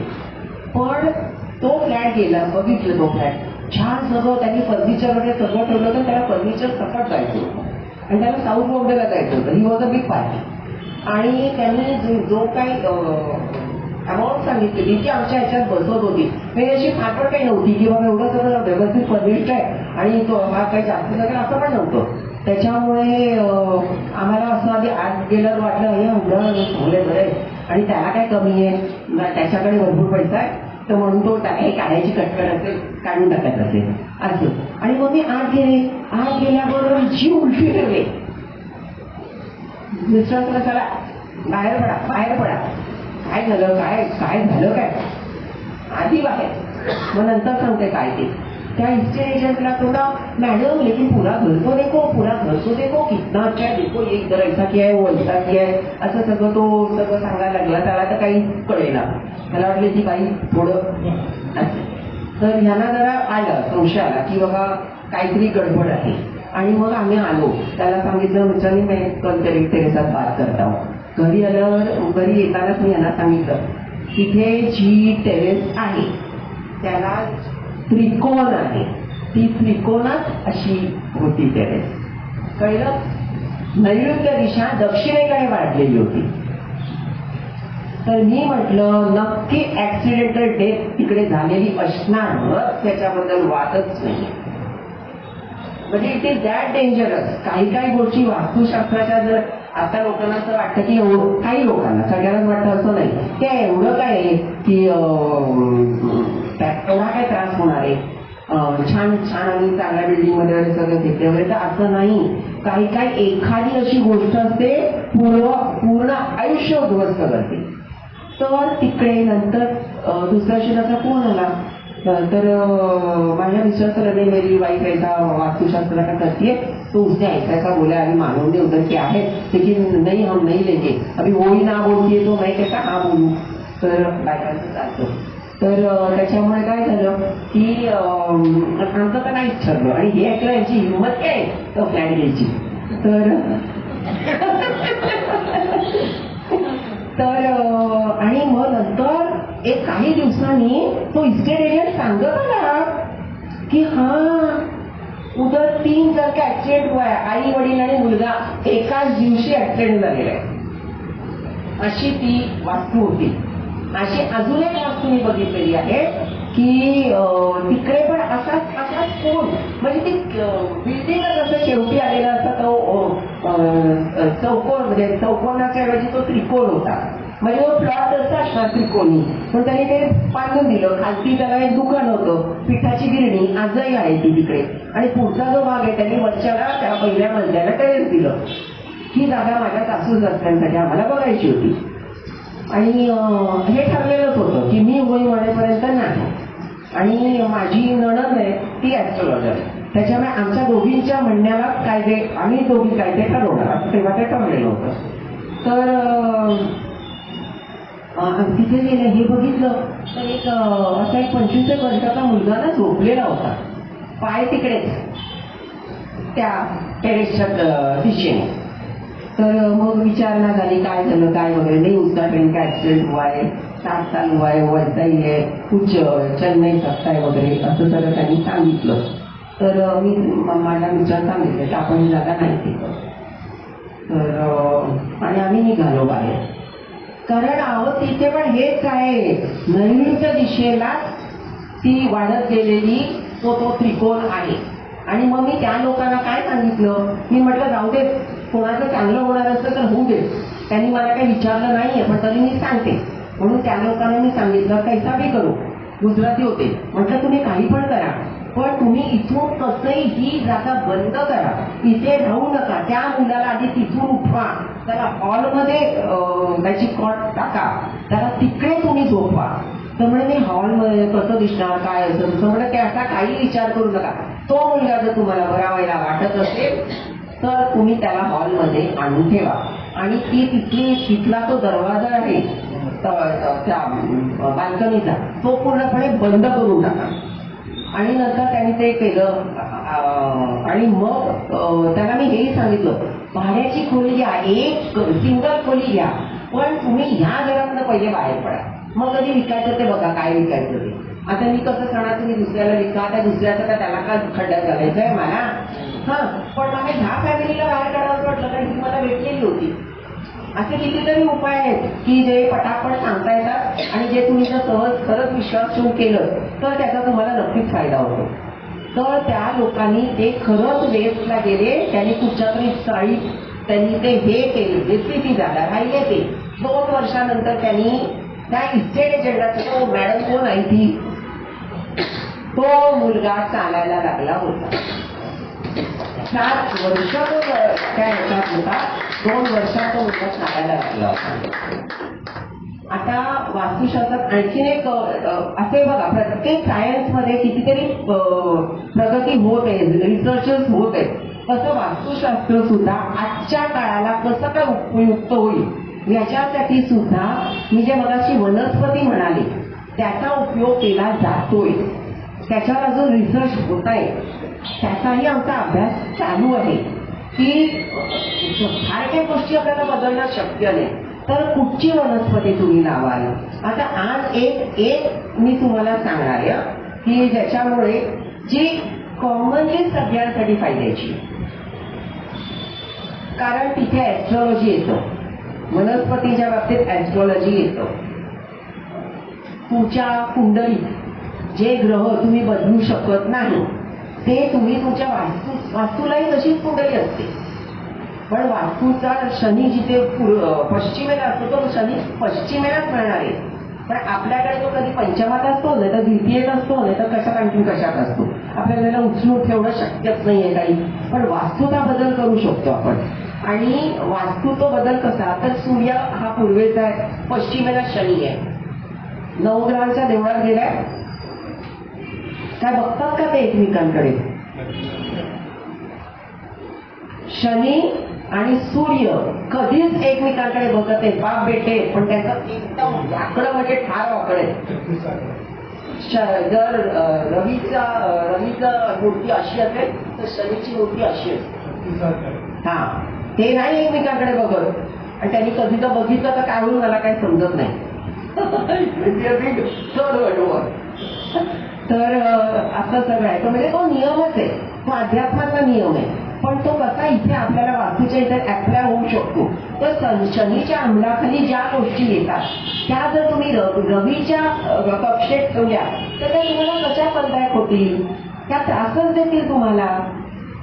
आणि रवीच्या ह्याच्यात ज्या वस्तू आहेत त्या तुम्ही शनीच्या ह्याच्यात ठेवल्यात, शुक्राच्या ह्याच्यात ठेवल्यात, नाही त्या त्रासदायकच होणार तुम्हाला.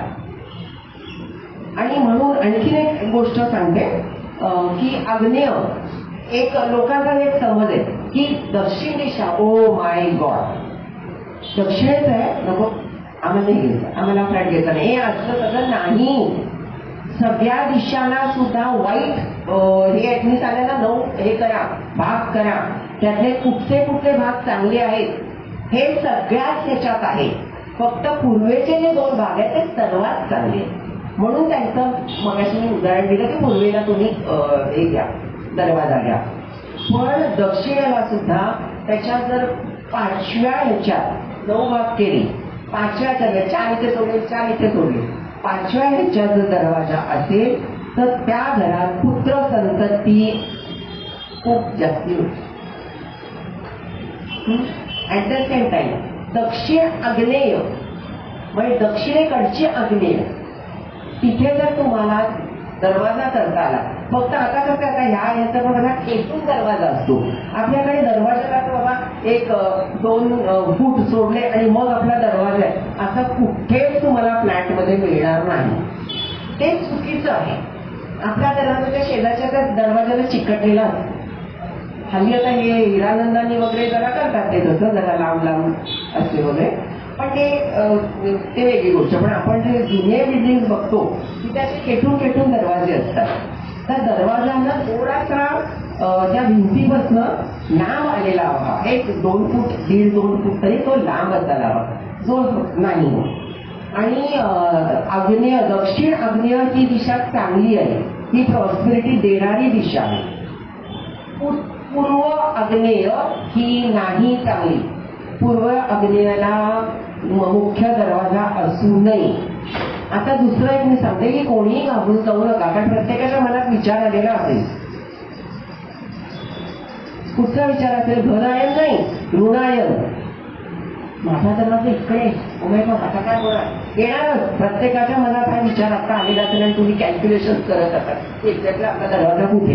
पण मी एवढं सांगेन की जेवढा परिणाम स्वतंत्र घर बांधलेल्या घरात त्या मुख्य दरवाजाचा होतो तेवढा फ्लॅटमध्ये होत नाही. कारण स्वतंत्र घर असेल तर त्याचा दरवाजा हा तुम्ही जागे असेपर्यंत झोपेपर्यंत, जागे होता तेव्हापासून झोपेपर्यंत तो दरवाजा उघडा असतो. कळलं? कुत्रा मांजर येऊ नये म्हणून ती अशी ती एक कधी घातलेली असते हवं तर, पण तो उघडा असतो. आपली बाहेर ओटी असते, त्याच्यामुळे तिथून चांगलीच ऊर्जा यायला हवी म्हणून तो पूर्वेला सांगितला. पण फ्लॅटमध्ये किती वेळ हो आपण आपले दरवाजे उघडे ठेवतो? हार्डली. कथवावाल्याला देत आणि दक्षिणेवाल्याला मी जास्ती करून सांगते. बाकीच्या ज्या 3 दिशांना मी काय सांगेन, मुख्य दिशांना की जर अशा ठिकाणी तुमचे जे दरवाजे आले असतील ना तर ते संध्याकाळच्या वेळेस तुम्ही सेफ्टी डोर नका उघडू, सेफ्टी डोर बंद ठेवा, पण आतला दरवाजा उघडून ठेवा. दिवा लावतो आपण संध्याकाळी, जे काय देवाचं आपण करतो तेव्हा तो मुख्य दरवाजा उघडून ठेवा, कारण त्या लक्ष्मीला येऊ द्यात तिला.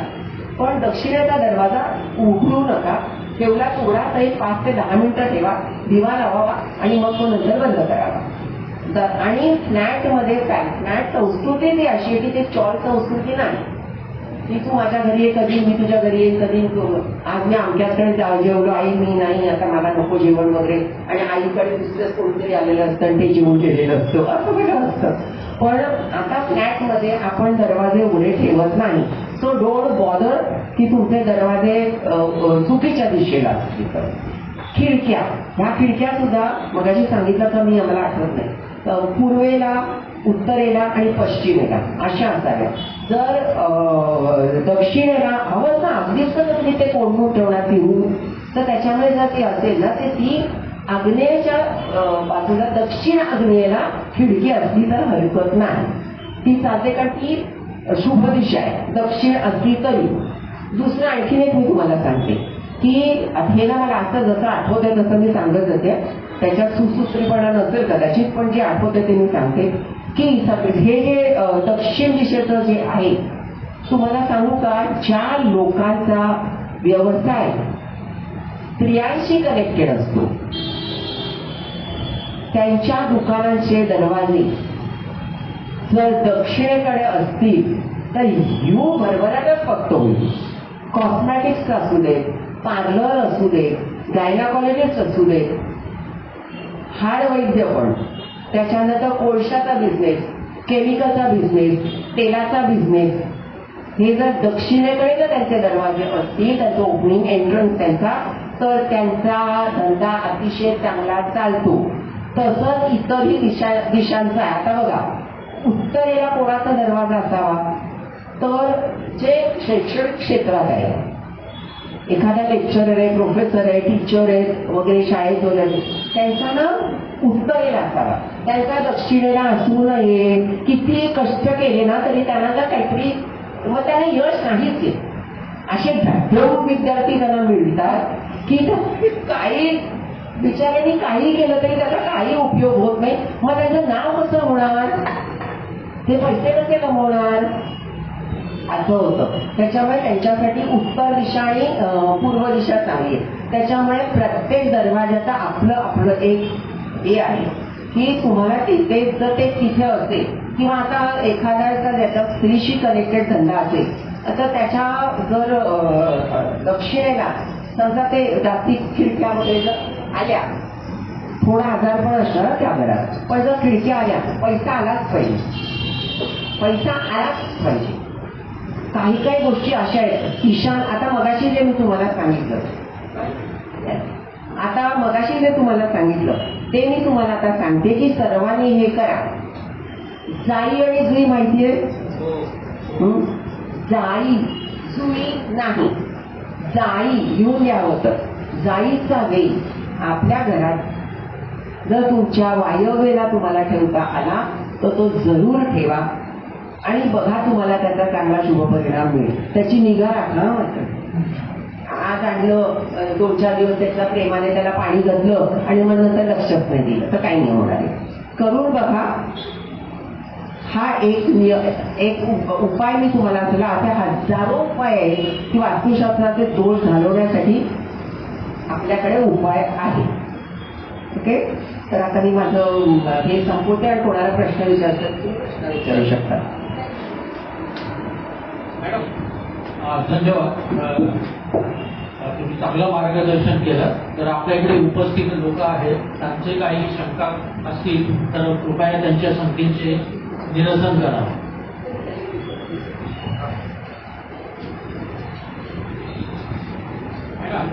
आता ते इस्टेट एजन्सी आहे, माणसं काय काय येतात ते मध्यबिंदू बघतात, म्हणजे ब्लॉक तो कशा होकायंत्र ठेवायला. हा, कारण तो मध्यबिंदू पाहिजे. ते ब्रह्मस्थान आहे, त्या ब्रह्मस्थानात ठेवलं ना की ते बरोबर त्यांना ते दिशा आपल्याला मिळतात. मॅडम नाव पण सांगा तुमचं. बसून बसून बोला, बसून बोला. नमस्कार, माझं नाव स्मिता जोशी. बोला स्मिता जोशी. आता जसं तुम्ही मॅडम सांगितलेला जाईचा वेळ ठेवला तर सर्वसाधारणपणे कुटुंबाला घराला ते खूप चांगलं आहे. तसं सर्वसाधारणपणे आरोग्य सगळ्यांचं चांगलं राहण्यासाठी कुठल्याही दिशेला घर असो, कुठेही बेडरूम काही असो, असा काही एक सर्वसाधारण उपाय आहे का? ठेवू नका. ईशान्य दिशेला औषधं ठेवायचं हे करा, किंवा उत्तर दिशेला औषधं ठेवा. म्हणजे औषधाची ठेवायची जी सोय आहे ना ती ईशान्य किंवा उत्तर, त्याचा फायदा होईल. आणि स्वयंपाकखोलीत नाही शक्यतो ठेवायची नाही. म्हणजे निदान तुम्हाला आता काही होतंय म्हणून तुम्हाला जी औषधं दिली ती तरी तुम्ही ती तिकडे नेऊन ठेवा की त्याचा तुम्हाला जरा लवकर त्याचा उपयोग होईल.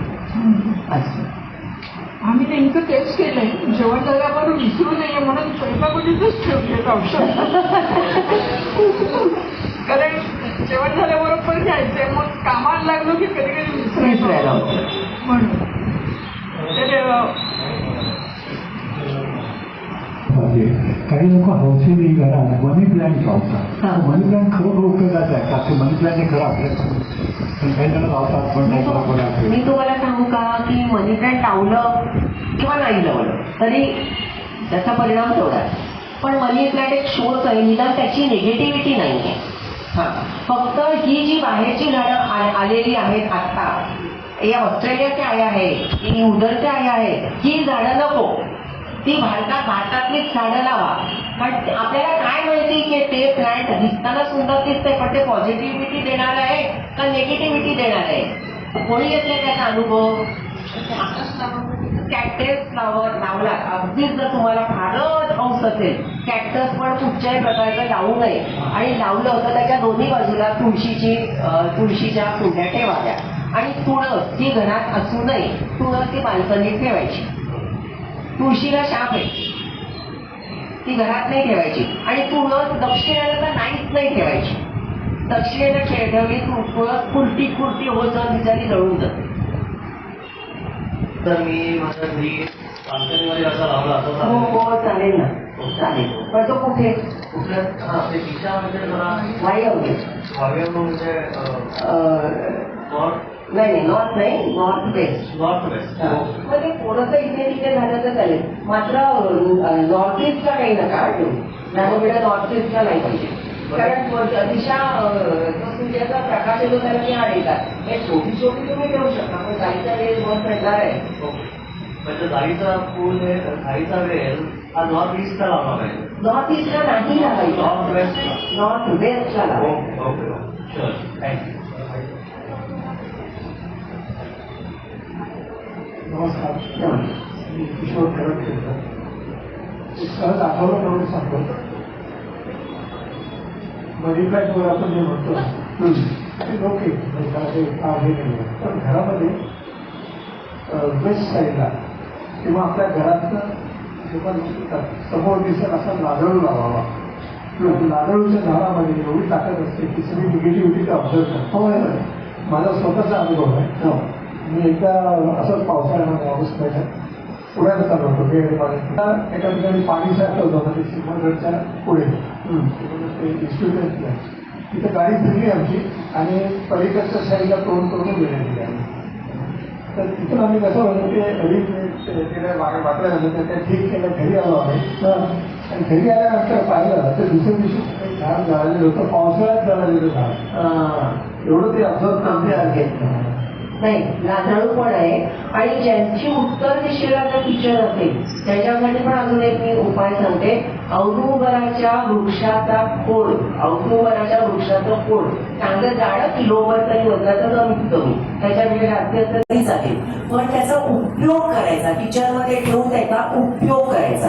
मग ते पोळपाट म्हणून त्याचा हे करा, त्याचा आपला काहीतरी त्याच्यावर ठेचा काहीतरी करा, स्वयंपाकासाठी त्याचा उपयोग करा.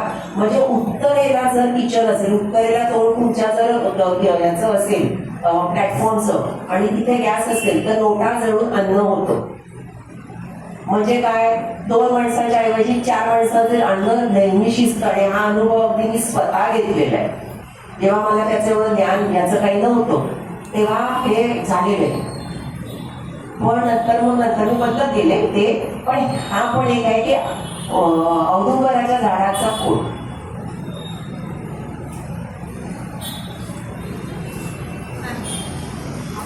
बऱ्याच ठिकाणी आता असं बघितलं गेलं की घराच्या बाहेर चपलेचा स्टँड असतो, चपलेचा स्टँड असतो.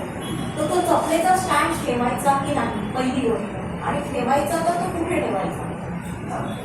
जर व्यवस्थित जागा असेल तुमच्याकडे, व्यवस्थित जर मधला जो पॅसेज आहे 4 फ्लॅट्सच्या मधला जो पॅसेज आहे हा व्यवस्थित अगदी असेल तर तिथे ठेवा, पण तो बंद ठेवा.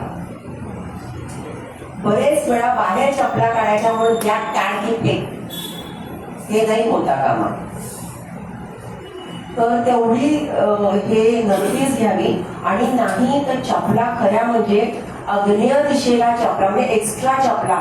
कोणाकडे एकच आहे जोडं चपलेचा, म्हणजे बायकांकडे हार्डली कोणी असेल, पुरुषांकडे पण एक पण मॅचिंग करतात.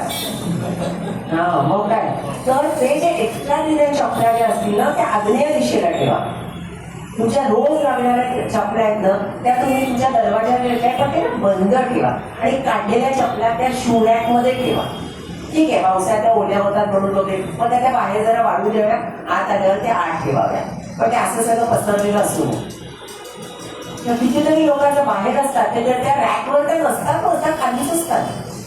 तसं असू नये, ते पण नीट नेटकं असावं. ॲलोवेराचं झाड बरेच ठिकाणी ठेवतात.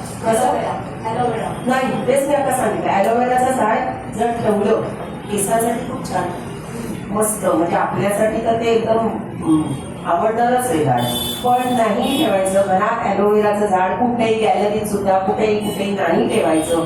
जर अगदी एवढी हेच असेल की आपल्याला पाहिजेच आहे, मग ते जर ठेवलं तर त्याच्या दोन बाजूला तुळशी म्हणून ती झाडं ठेवा, म्हणजे गॅलरीतच सगळं झालं.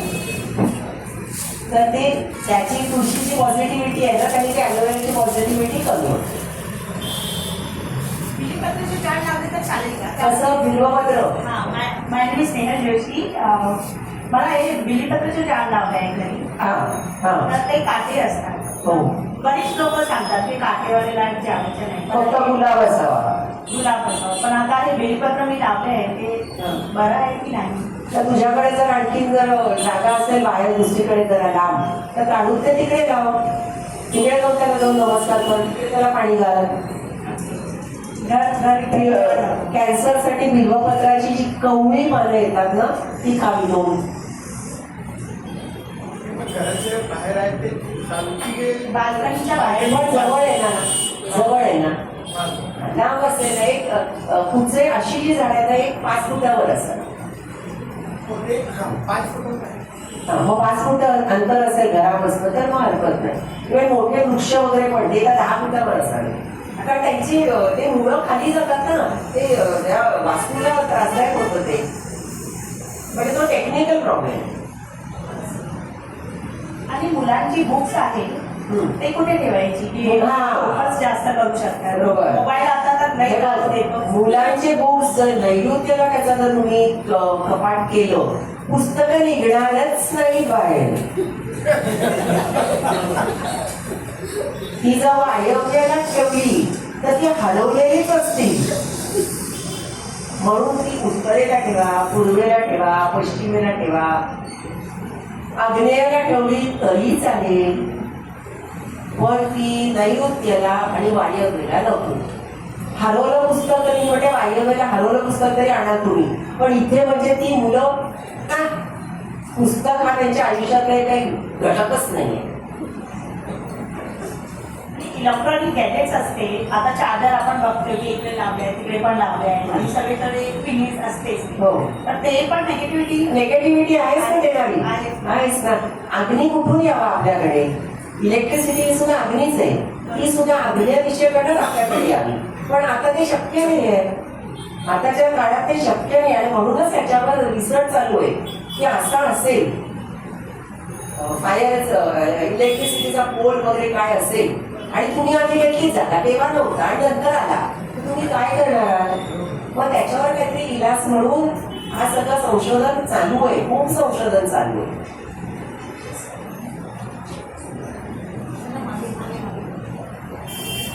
मी सिद्धेश माने. दरवाजांवरती फोटो, देवाचे फोटो वगैरे लावलेले शक्यतो लावू नये. ओम किंवा स्वस्तिक लावावं. दरवाजा बाहेर का म्हणून त्या मारुतीने बसायचं, गणपतीने बसायचं. नाहीतर असं सांगतात की बाहेर पण गणपतीत असतात आणि आत पण गणपतीत असतात, पण मग तो मला काही पटत नाही. मला पर्सनली विचारलं तर मला ते काही पटत नाही. पण स्वस्तिक जरूर असावा. स्वस्तिकामधलं जी किरण ते हे येतं बाहेर ते निगेटिव्ह एनर्जीला थांबवणारं असतं. ओम असावा. हो, घराच्या दरवाजाच्या वरती जर दरवाजा दक्षिण दिशेला असेल, घराचा दरवाजा जर दक्षिण दिशेला असेल तर काय म्हणजे ते म्हणतात पंचमुखी हनुमान लावावा दरवाजाच्या वर. तर ते करावं की नाही करावं?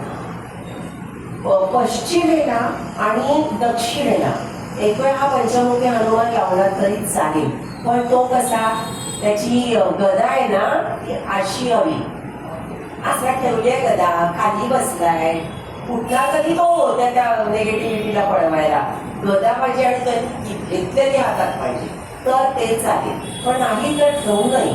पण हा मारुतीचा आहे की दक्षिणेला तुम्ही ठेवू शकता आणि पश्चिमेला पण. पश्चिम ही या दिशेला पण कोकणच्यानी आहे ना तिकडे.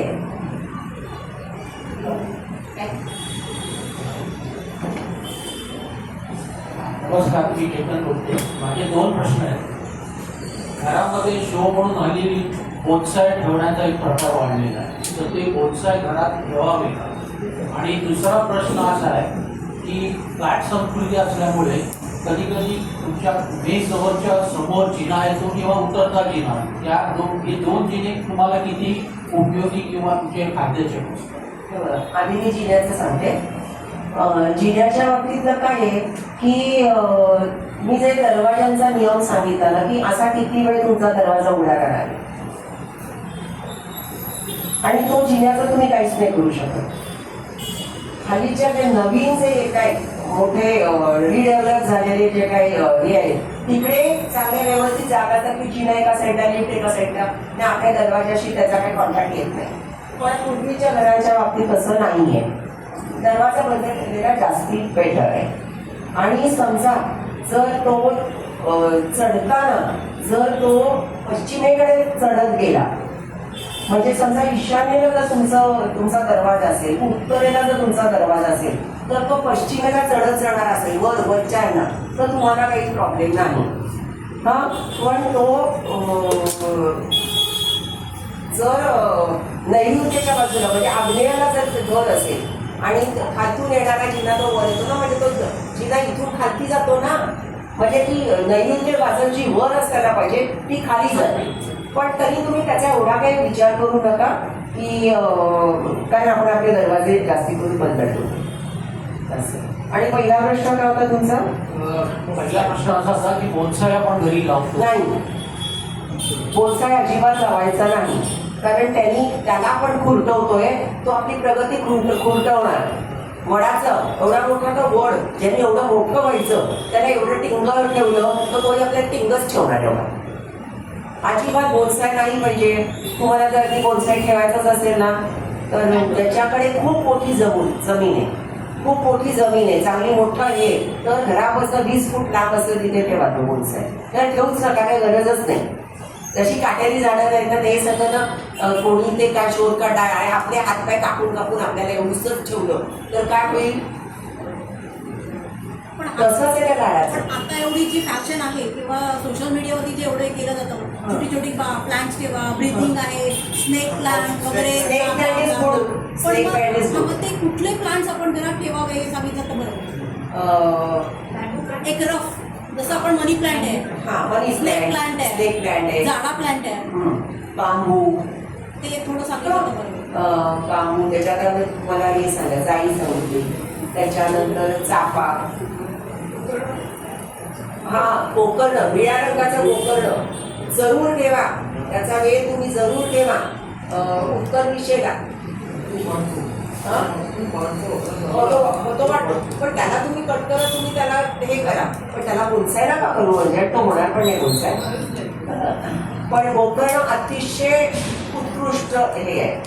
जसं हे लाजाळूचं म्हणाले लाजाळू पण पॉझिटिव्हिटी भरपूर त्याच्याकडे पॉझिटिव्हिटी आहे. जास्वंद ते घरात नाही ठेवताय पण तुम्ही गॅलरीत ठेवू शकता. जास्वंद तुम्ही ठेवू शकता.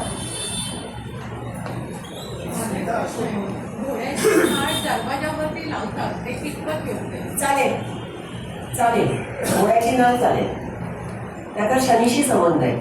त्याला बघून जे नेगेटिव्हिटी आहे ना आता पूर्वी पण आपल्या घराच्या वर ना असं राक्षसाचा वगैरे फोटो असायचा किंवा देवळात सुद्धा आपण बघितलं ना तर एक मोठं काहीतरी गात आलेली असेल तर ती नेगेटिव्हिटी घालवण्यासाठी ते ठेवलेलं चित्र.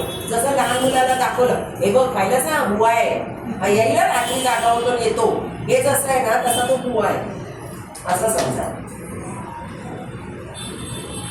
पिकॉकचे फेदर्स पण सांगतात ना काही? पिकॉकचे फेदर्स डेफिनेटली. पण कोणती आग्नेय दिशा.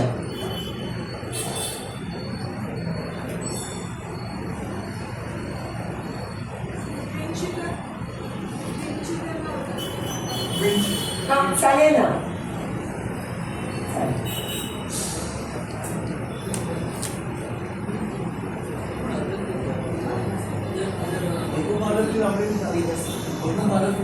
हो हो हो पाणी जातं. जर खाली नसेल तर पाणी जातं. पण गुलाब सोडून काटेरी घेऊ नये. गुलाब मोगरा ही अशी जी आहेत नाजूक झाडं ती आपल्या घराच्या आसपास जरूर असतात. चांगला सुवास येतो. अजून कोणाला काही शंका प्रश्न असतील तर सांगावे. लास्ट क्वेश्चन, घरामध्ये सगळ्यांचे मन शांत असून गॅजेट्स लई आपण वापरतात, घरी एकत्र बसतात पण मोबाईल घेऊनच बसतात, नाहीतर टीव्ही बघतात. आता फॅमिली बॉन्डिंग कमी झाली आहे, लई कमी झाली आहे because of gadgets. We can say की मुलं आतमध्ये बसतात आणि मोबाईल घेऊन बसतात, फक्त जेवण करतात आणि परत निघतात. तर ते कमी करण्यासाठी काही घरीच्या व्हायब्रेशन कसं चेक करायचं? नाही, घरच्या व्हायब्रेशन्स मध्ये काय माहितीये का, आता मला वाटतं याच्यावर शोध करायचं याच्यावर काही शोध लागलेला नाहीये. कारण 1.5 वर्षाचा बाळ झालं ना की त्याला तो मोबाईल लागतोच. हो. आणि मी काय म्हणते आपण आपल्या स्वतःचाच विचार करावा ना. थोडासा माझं स्वतःच असं होतं, थोडासा मी अभ्यास करते. म्हणजे आता हे 2 दिवस जरा मी वाचत होते काय म्हणजे असं वाचता माझ्या लक्षात आलं यायचं. थोडंसं रील बघते आता मी. माझी जी काय रास आहे, काय सांगितलंय माझ्या राशीला, हे सांगितलं असं करायचं का, कालच केलं. त्याच्यात काय ते चालू होतं, मारुतीला हनुमानाला दिवा लावा. मी घेतले गेले पटकन पंटी घेतली, हनुमानाला दिवा लावून. ते असं होतं हे मनुष्य प्राण्याला, कारण त्याला सगळं चांगलंच व्हायला हवं असतं. तर ह्याला आपण पण अपवाद नाही होत, तर ती काय असणार आहेत. आणि त्यांना आपण त्याच्यापासून लाभ पण नाही घेऊ शकत आहे. तो आजच्या नवीन पिढीला असलेला शाप आहे. महाराष्ट्रामध्ये आपण एक सोशल मीडियावरती जर का बघितलं असेल तर I will like to share that. एक गाव आहे जिथे मुलं स्मशानात जाऊन अभ्यास करतात. तिथेच त्या गावामध्ये त्यांनी 5 प्रकारचं पाणी म्हणजे वेगळ्या वेगळ्या गोष्टी संशोधन करून त्यांनी ते पाणी केलेलं आहे की वेस्ट म्हणजे भांडी घासायला कुठलं पाणी, याला कुठलं टायमिंगनुसार केलेलं आहे. तसंच मोबाईलसाठी त्यांचा एक स्पेसिफिक भोंगा असतो. त्या भोंग्यालाच फक्त तो मोबाईल यूज करून सिन्सिअरली लोक मोबाईल यूज करत नाहीत. म्हणजे मला थोडक्यात असं म्हणायचं आहे की आपण आपल्यावर जर का हे संस्कार केले तर वी कॅन डू दिस. कारण आधी आता आपल्या ह्याच्यामध्ये आत्ता मोबाईल आले, आधी मोबाईल नव्हते. त्यामुळे मोबाईलची सवय आपणच आपल्याला लावतो की वेळ नाही आहे मग चल टाइमपास करूया, इन्स्टा बघू, फेसबुक बघू. त्यामुळे I request you personally, it is very difficult, but still आपणच जर का सवय कमी केली तर आपली मुलं पण आपल्याला तेच बघून ते करतील असं मला वाटतं. आणि बरोबर आता एक असं पण आहे की ऑस्ट्रेलियाने, म्हणजे हे ऐकिव आहे ते रीलमध्ये आलेलं मी सांगते तुम्हाला. ऑस्ट्रेलियामध्ये त्यांनी 18 वर्षाच्या खालील मुलांसाठी मोबाईल बॅन केलेला आहे. पुढे युकेला. पण मग ते आपल्याकडे जर झालं तरच ते होईल. आपण सुधारणारी लोकच नाही होत. आणि ते त्या मुलाला सांगेपर्यंत नको रे नको रे नको रे नको रे, तर तो अशा वयाला पोचतो की त्याच्यानंतर तो ऐकणारच नसतो. अशा वयाला तो पोचतो. आणि आपणही सांगून दबतो. आणि कुठे नाही माझा मोबाईल आहे, माझा मोबाईल कुठे, माझा मोबाईल कुठे, काय मी असं विसरते. आणि हे आपलं पण जर होतं तर आपण मुलांना कुठचं म्हणजे ते तो एक शाप आहे. पण Gen Z are coming back to pad mobile नाव. लेटेस्ट आता असं झालंय की ह्याच्यावरती AI वगैरे सगळं एवढं आल्यामुळे एवढं सगळं ऐकतं मिळतंय की आपण काहीच करत नाही आहोत. त्यामुळे Gen Z are coming to this point की हा स्मार्टफोन नको, we will come back to notepad, की फक्त आपण मेसेज ऐकू आणि काय कम्युनिकेशन आहे तेवढंच ठेवू, हे नको. त्यामुळे हळूहळू ती पण विचार येत आहेत. आणि यायलाच पाहिजे. हे काय माणसाचं आपण बांधले गेलो त्या चुकीच्या गोष्टींना. म्हणजे ऋण आयन आणि घन आयनने वेढले गेले असल्यापेक्षा त्या मोबाईलनेच आपण वेढले गेलेले आहोत.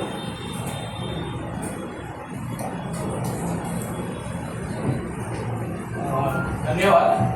सगळ्यांच्या प्रश्नांची मला वाटतं थोडंफार फार काहीतरी समाधान झालं असेल मॅडमकडनं. मी 4 व्यक्तींची जे नावं घेतो त्यांच्यामुळे हे कार्यक्रम हा आपला संपन्न झाला. त्यांनी खूप मेहनत घेतली. तर ते आहेत आमचे काही वाहक श्री योगेश देशमुख.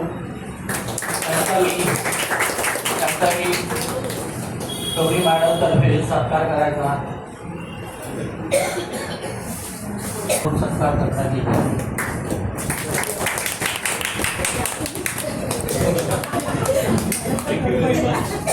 दुसऱ्या आमच्या प्रतिनिधी आहेत श्रीमती अमृता गुप्ते. त्यांनी सुद्धा या कार्यक्रमासाठी भरपूर मेहनत घेतली.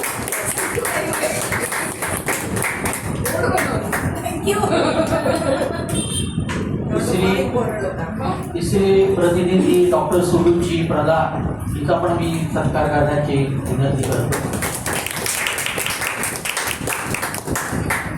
आणि सर्वात महत्त्वाचे म्हणजे आपल्या गौरी मॅडमचे चिरंजीव राजा येतकर. यांनी पण खूप मेहनत घेतली आहे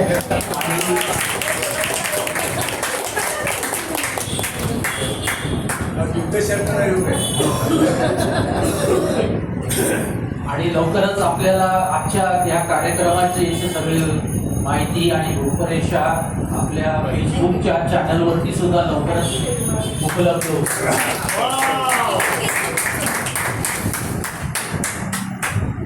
धन्यवाद. मी आपले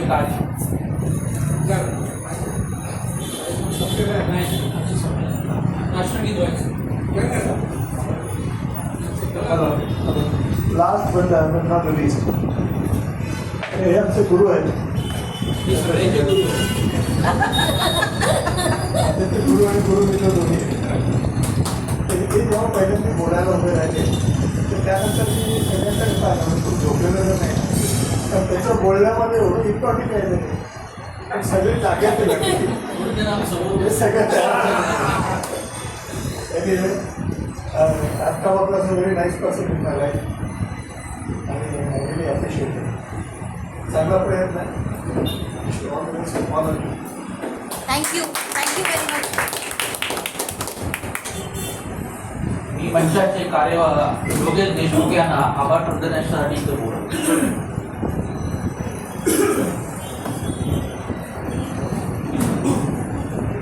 इंटरॅक्टिव्ह सेशन झाला तर माझी एक विनंती आहे, जोरात टाळ्या झाल्या पाहिजे.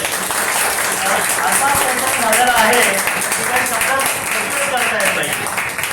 आणि माझे स्पेशल थँक्स सगळ्यांना, डिरेक्टर्स पण सगळ्यांना ज्यांनी हा इनिशिएटिव्ह जेवढे केलं. मला तर काय वाटलं माहिती आहे आता इथे बसून की जणू काय ऑगस्टमध्ये पण असाच अजून आपण एक प्रोग्राम करूया आणि लवकरात लवकर तो प्रोग्रामच्या आपण डेट आपण फिक्स करूया आणि असेच अजून श्रोते आपले वाढले पाहिजे आणि जेणेकरून असे वारंवार कंटिन्यूस आपले प्रोग्राम झाले पाहिजे जेणेकरून आपला भरपूर आपलं नॉलेज वाढेल. So thank you very much to all of you. आता सगळ्यांना मी राष्ट्रगीतासाठी उभं राहायला विनंती करतो.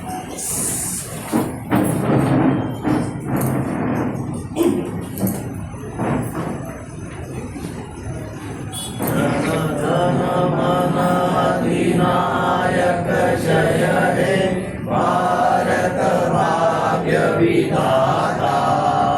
पंजाब सिंध गुजरात मराठा द्राविड उत्कल बंगा. विंध्य हिमाचल यमुना गंगा उच्चल जलधि तरंगा. तव शुभ नामे जागे तव शुभ आशीष मागे. गाये तव जय गाथा. जन गण मंगलदायक जय हे भारत भाग्य विधाता. जय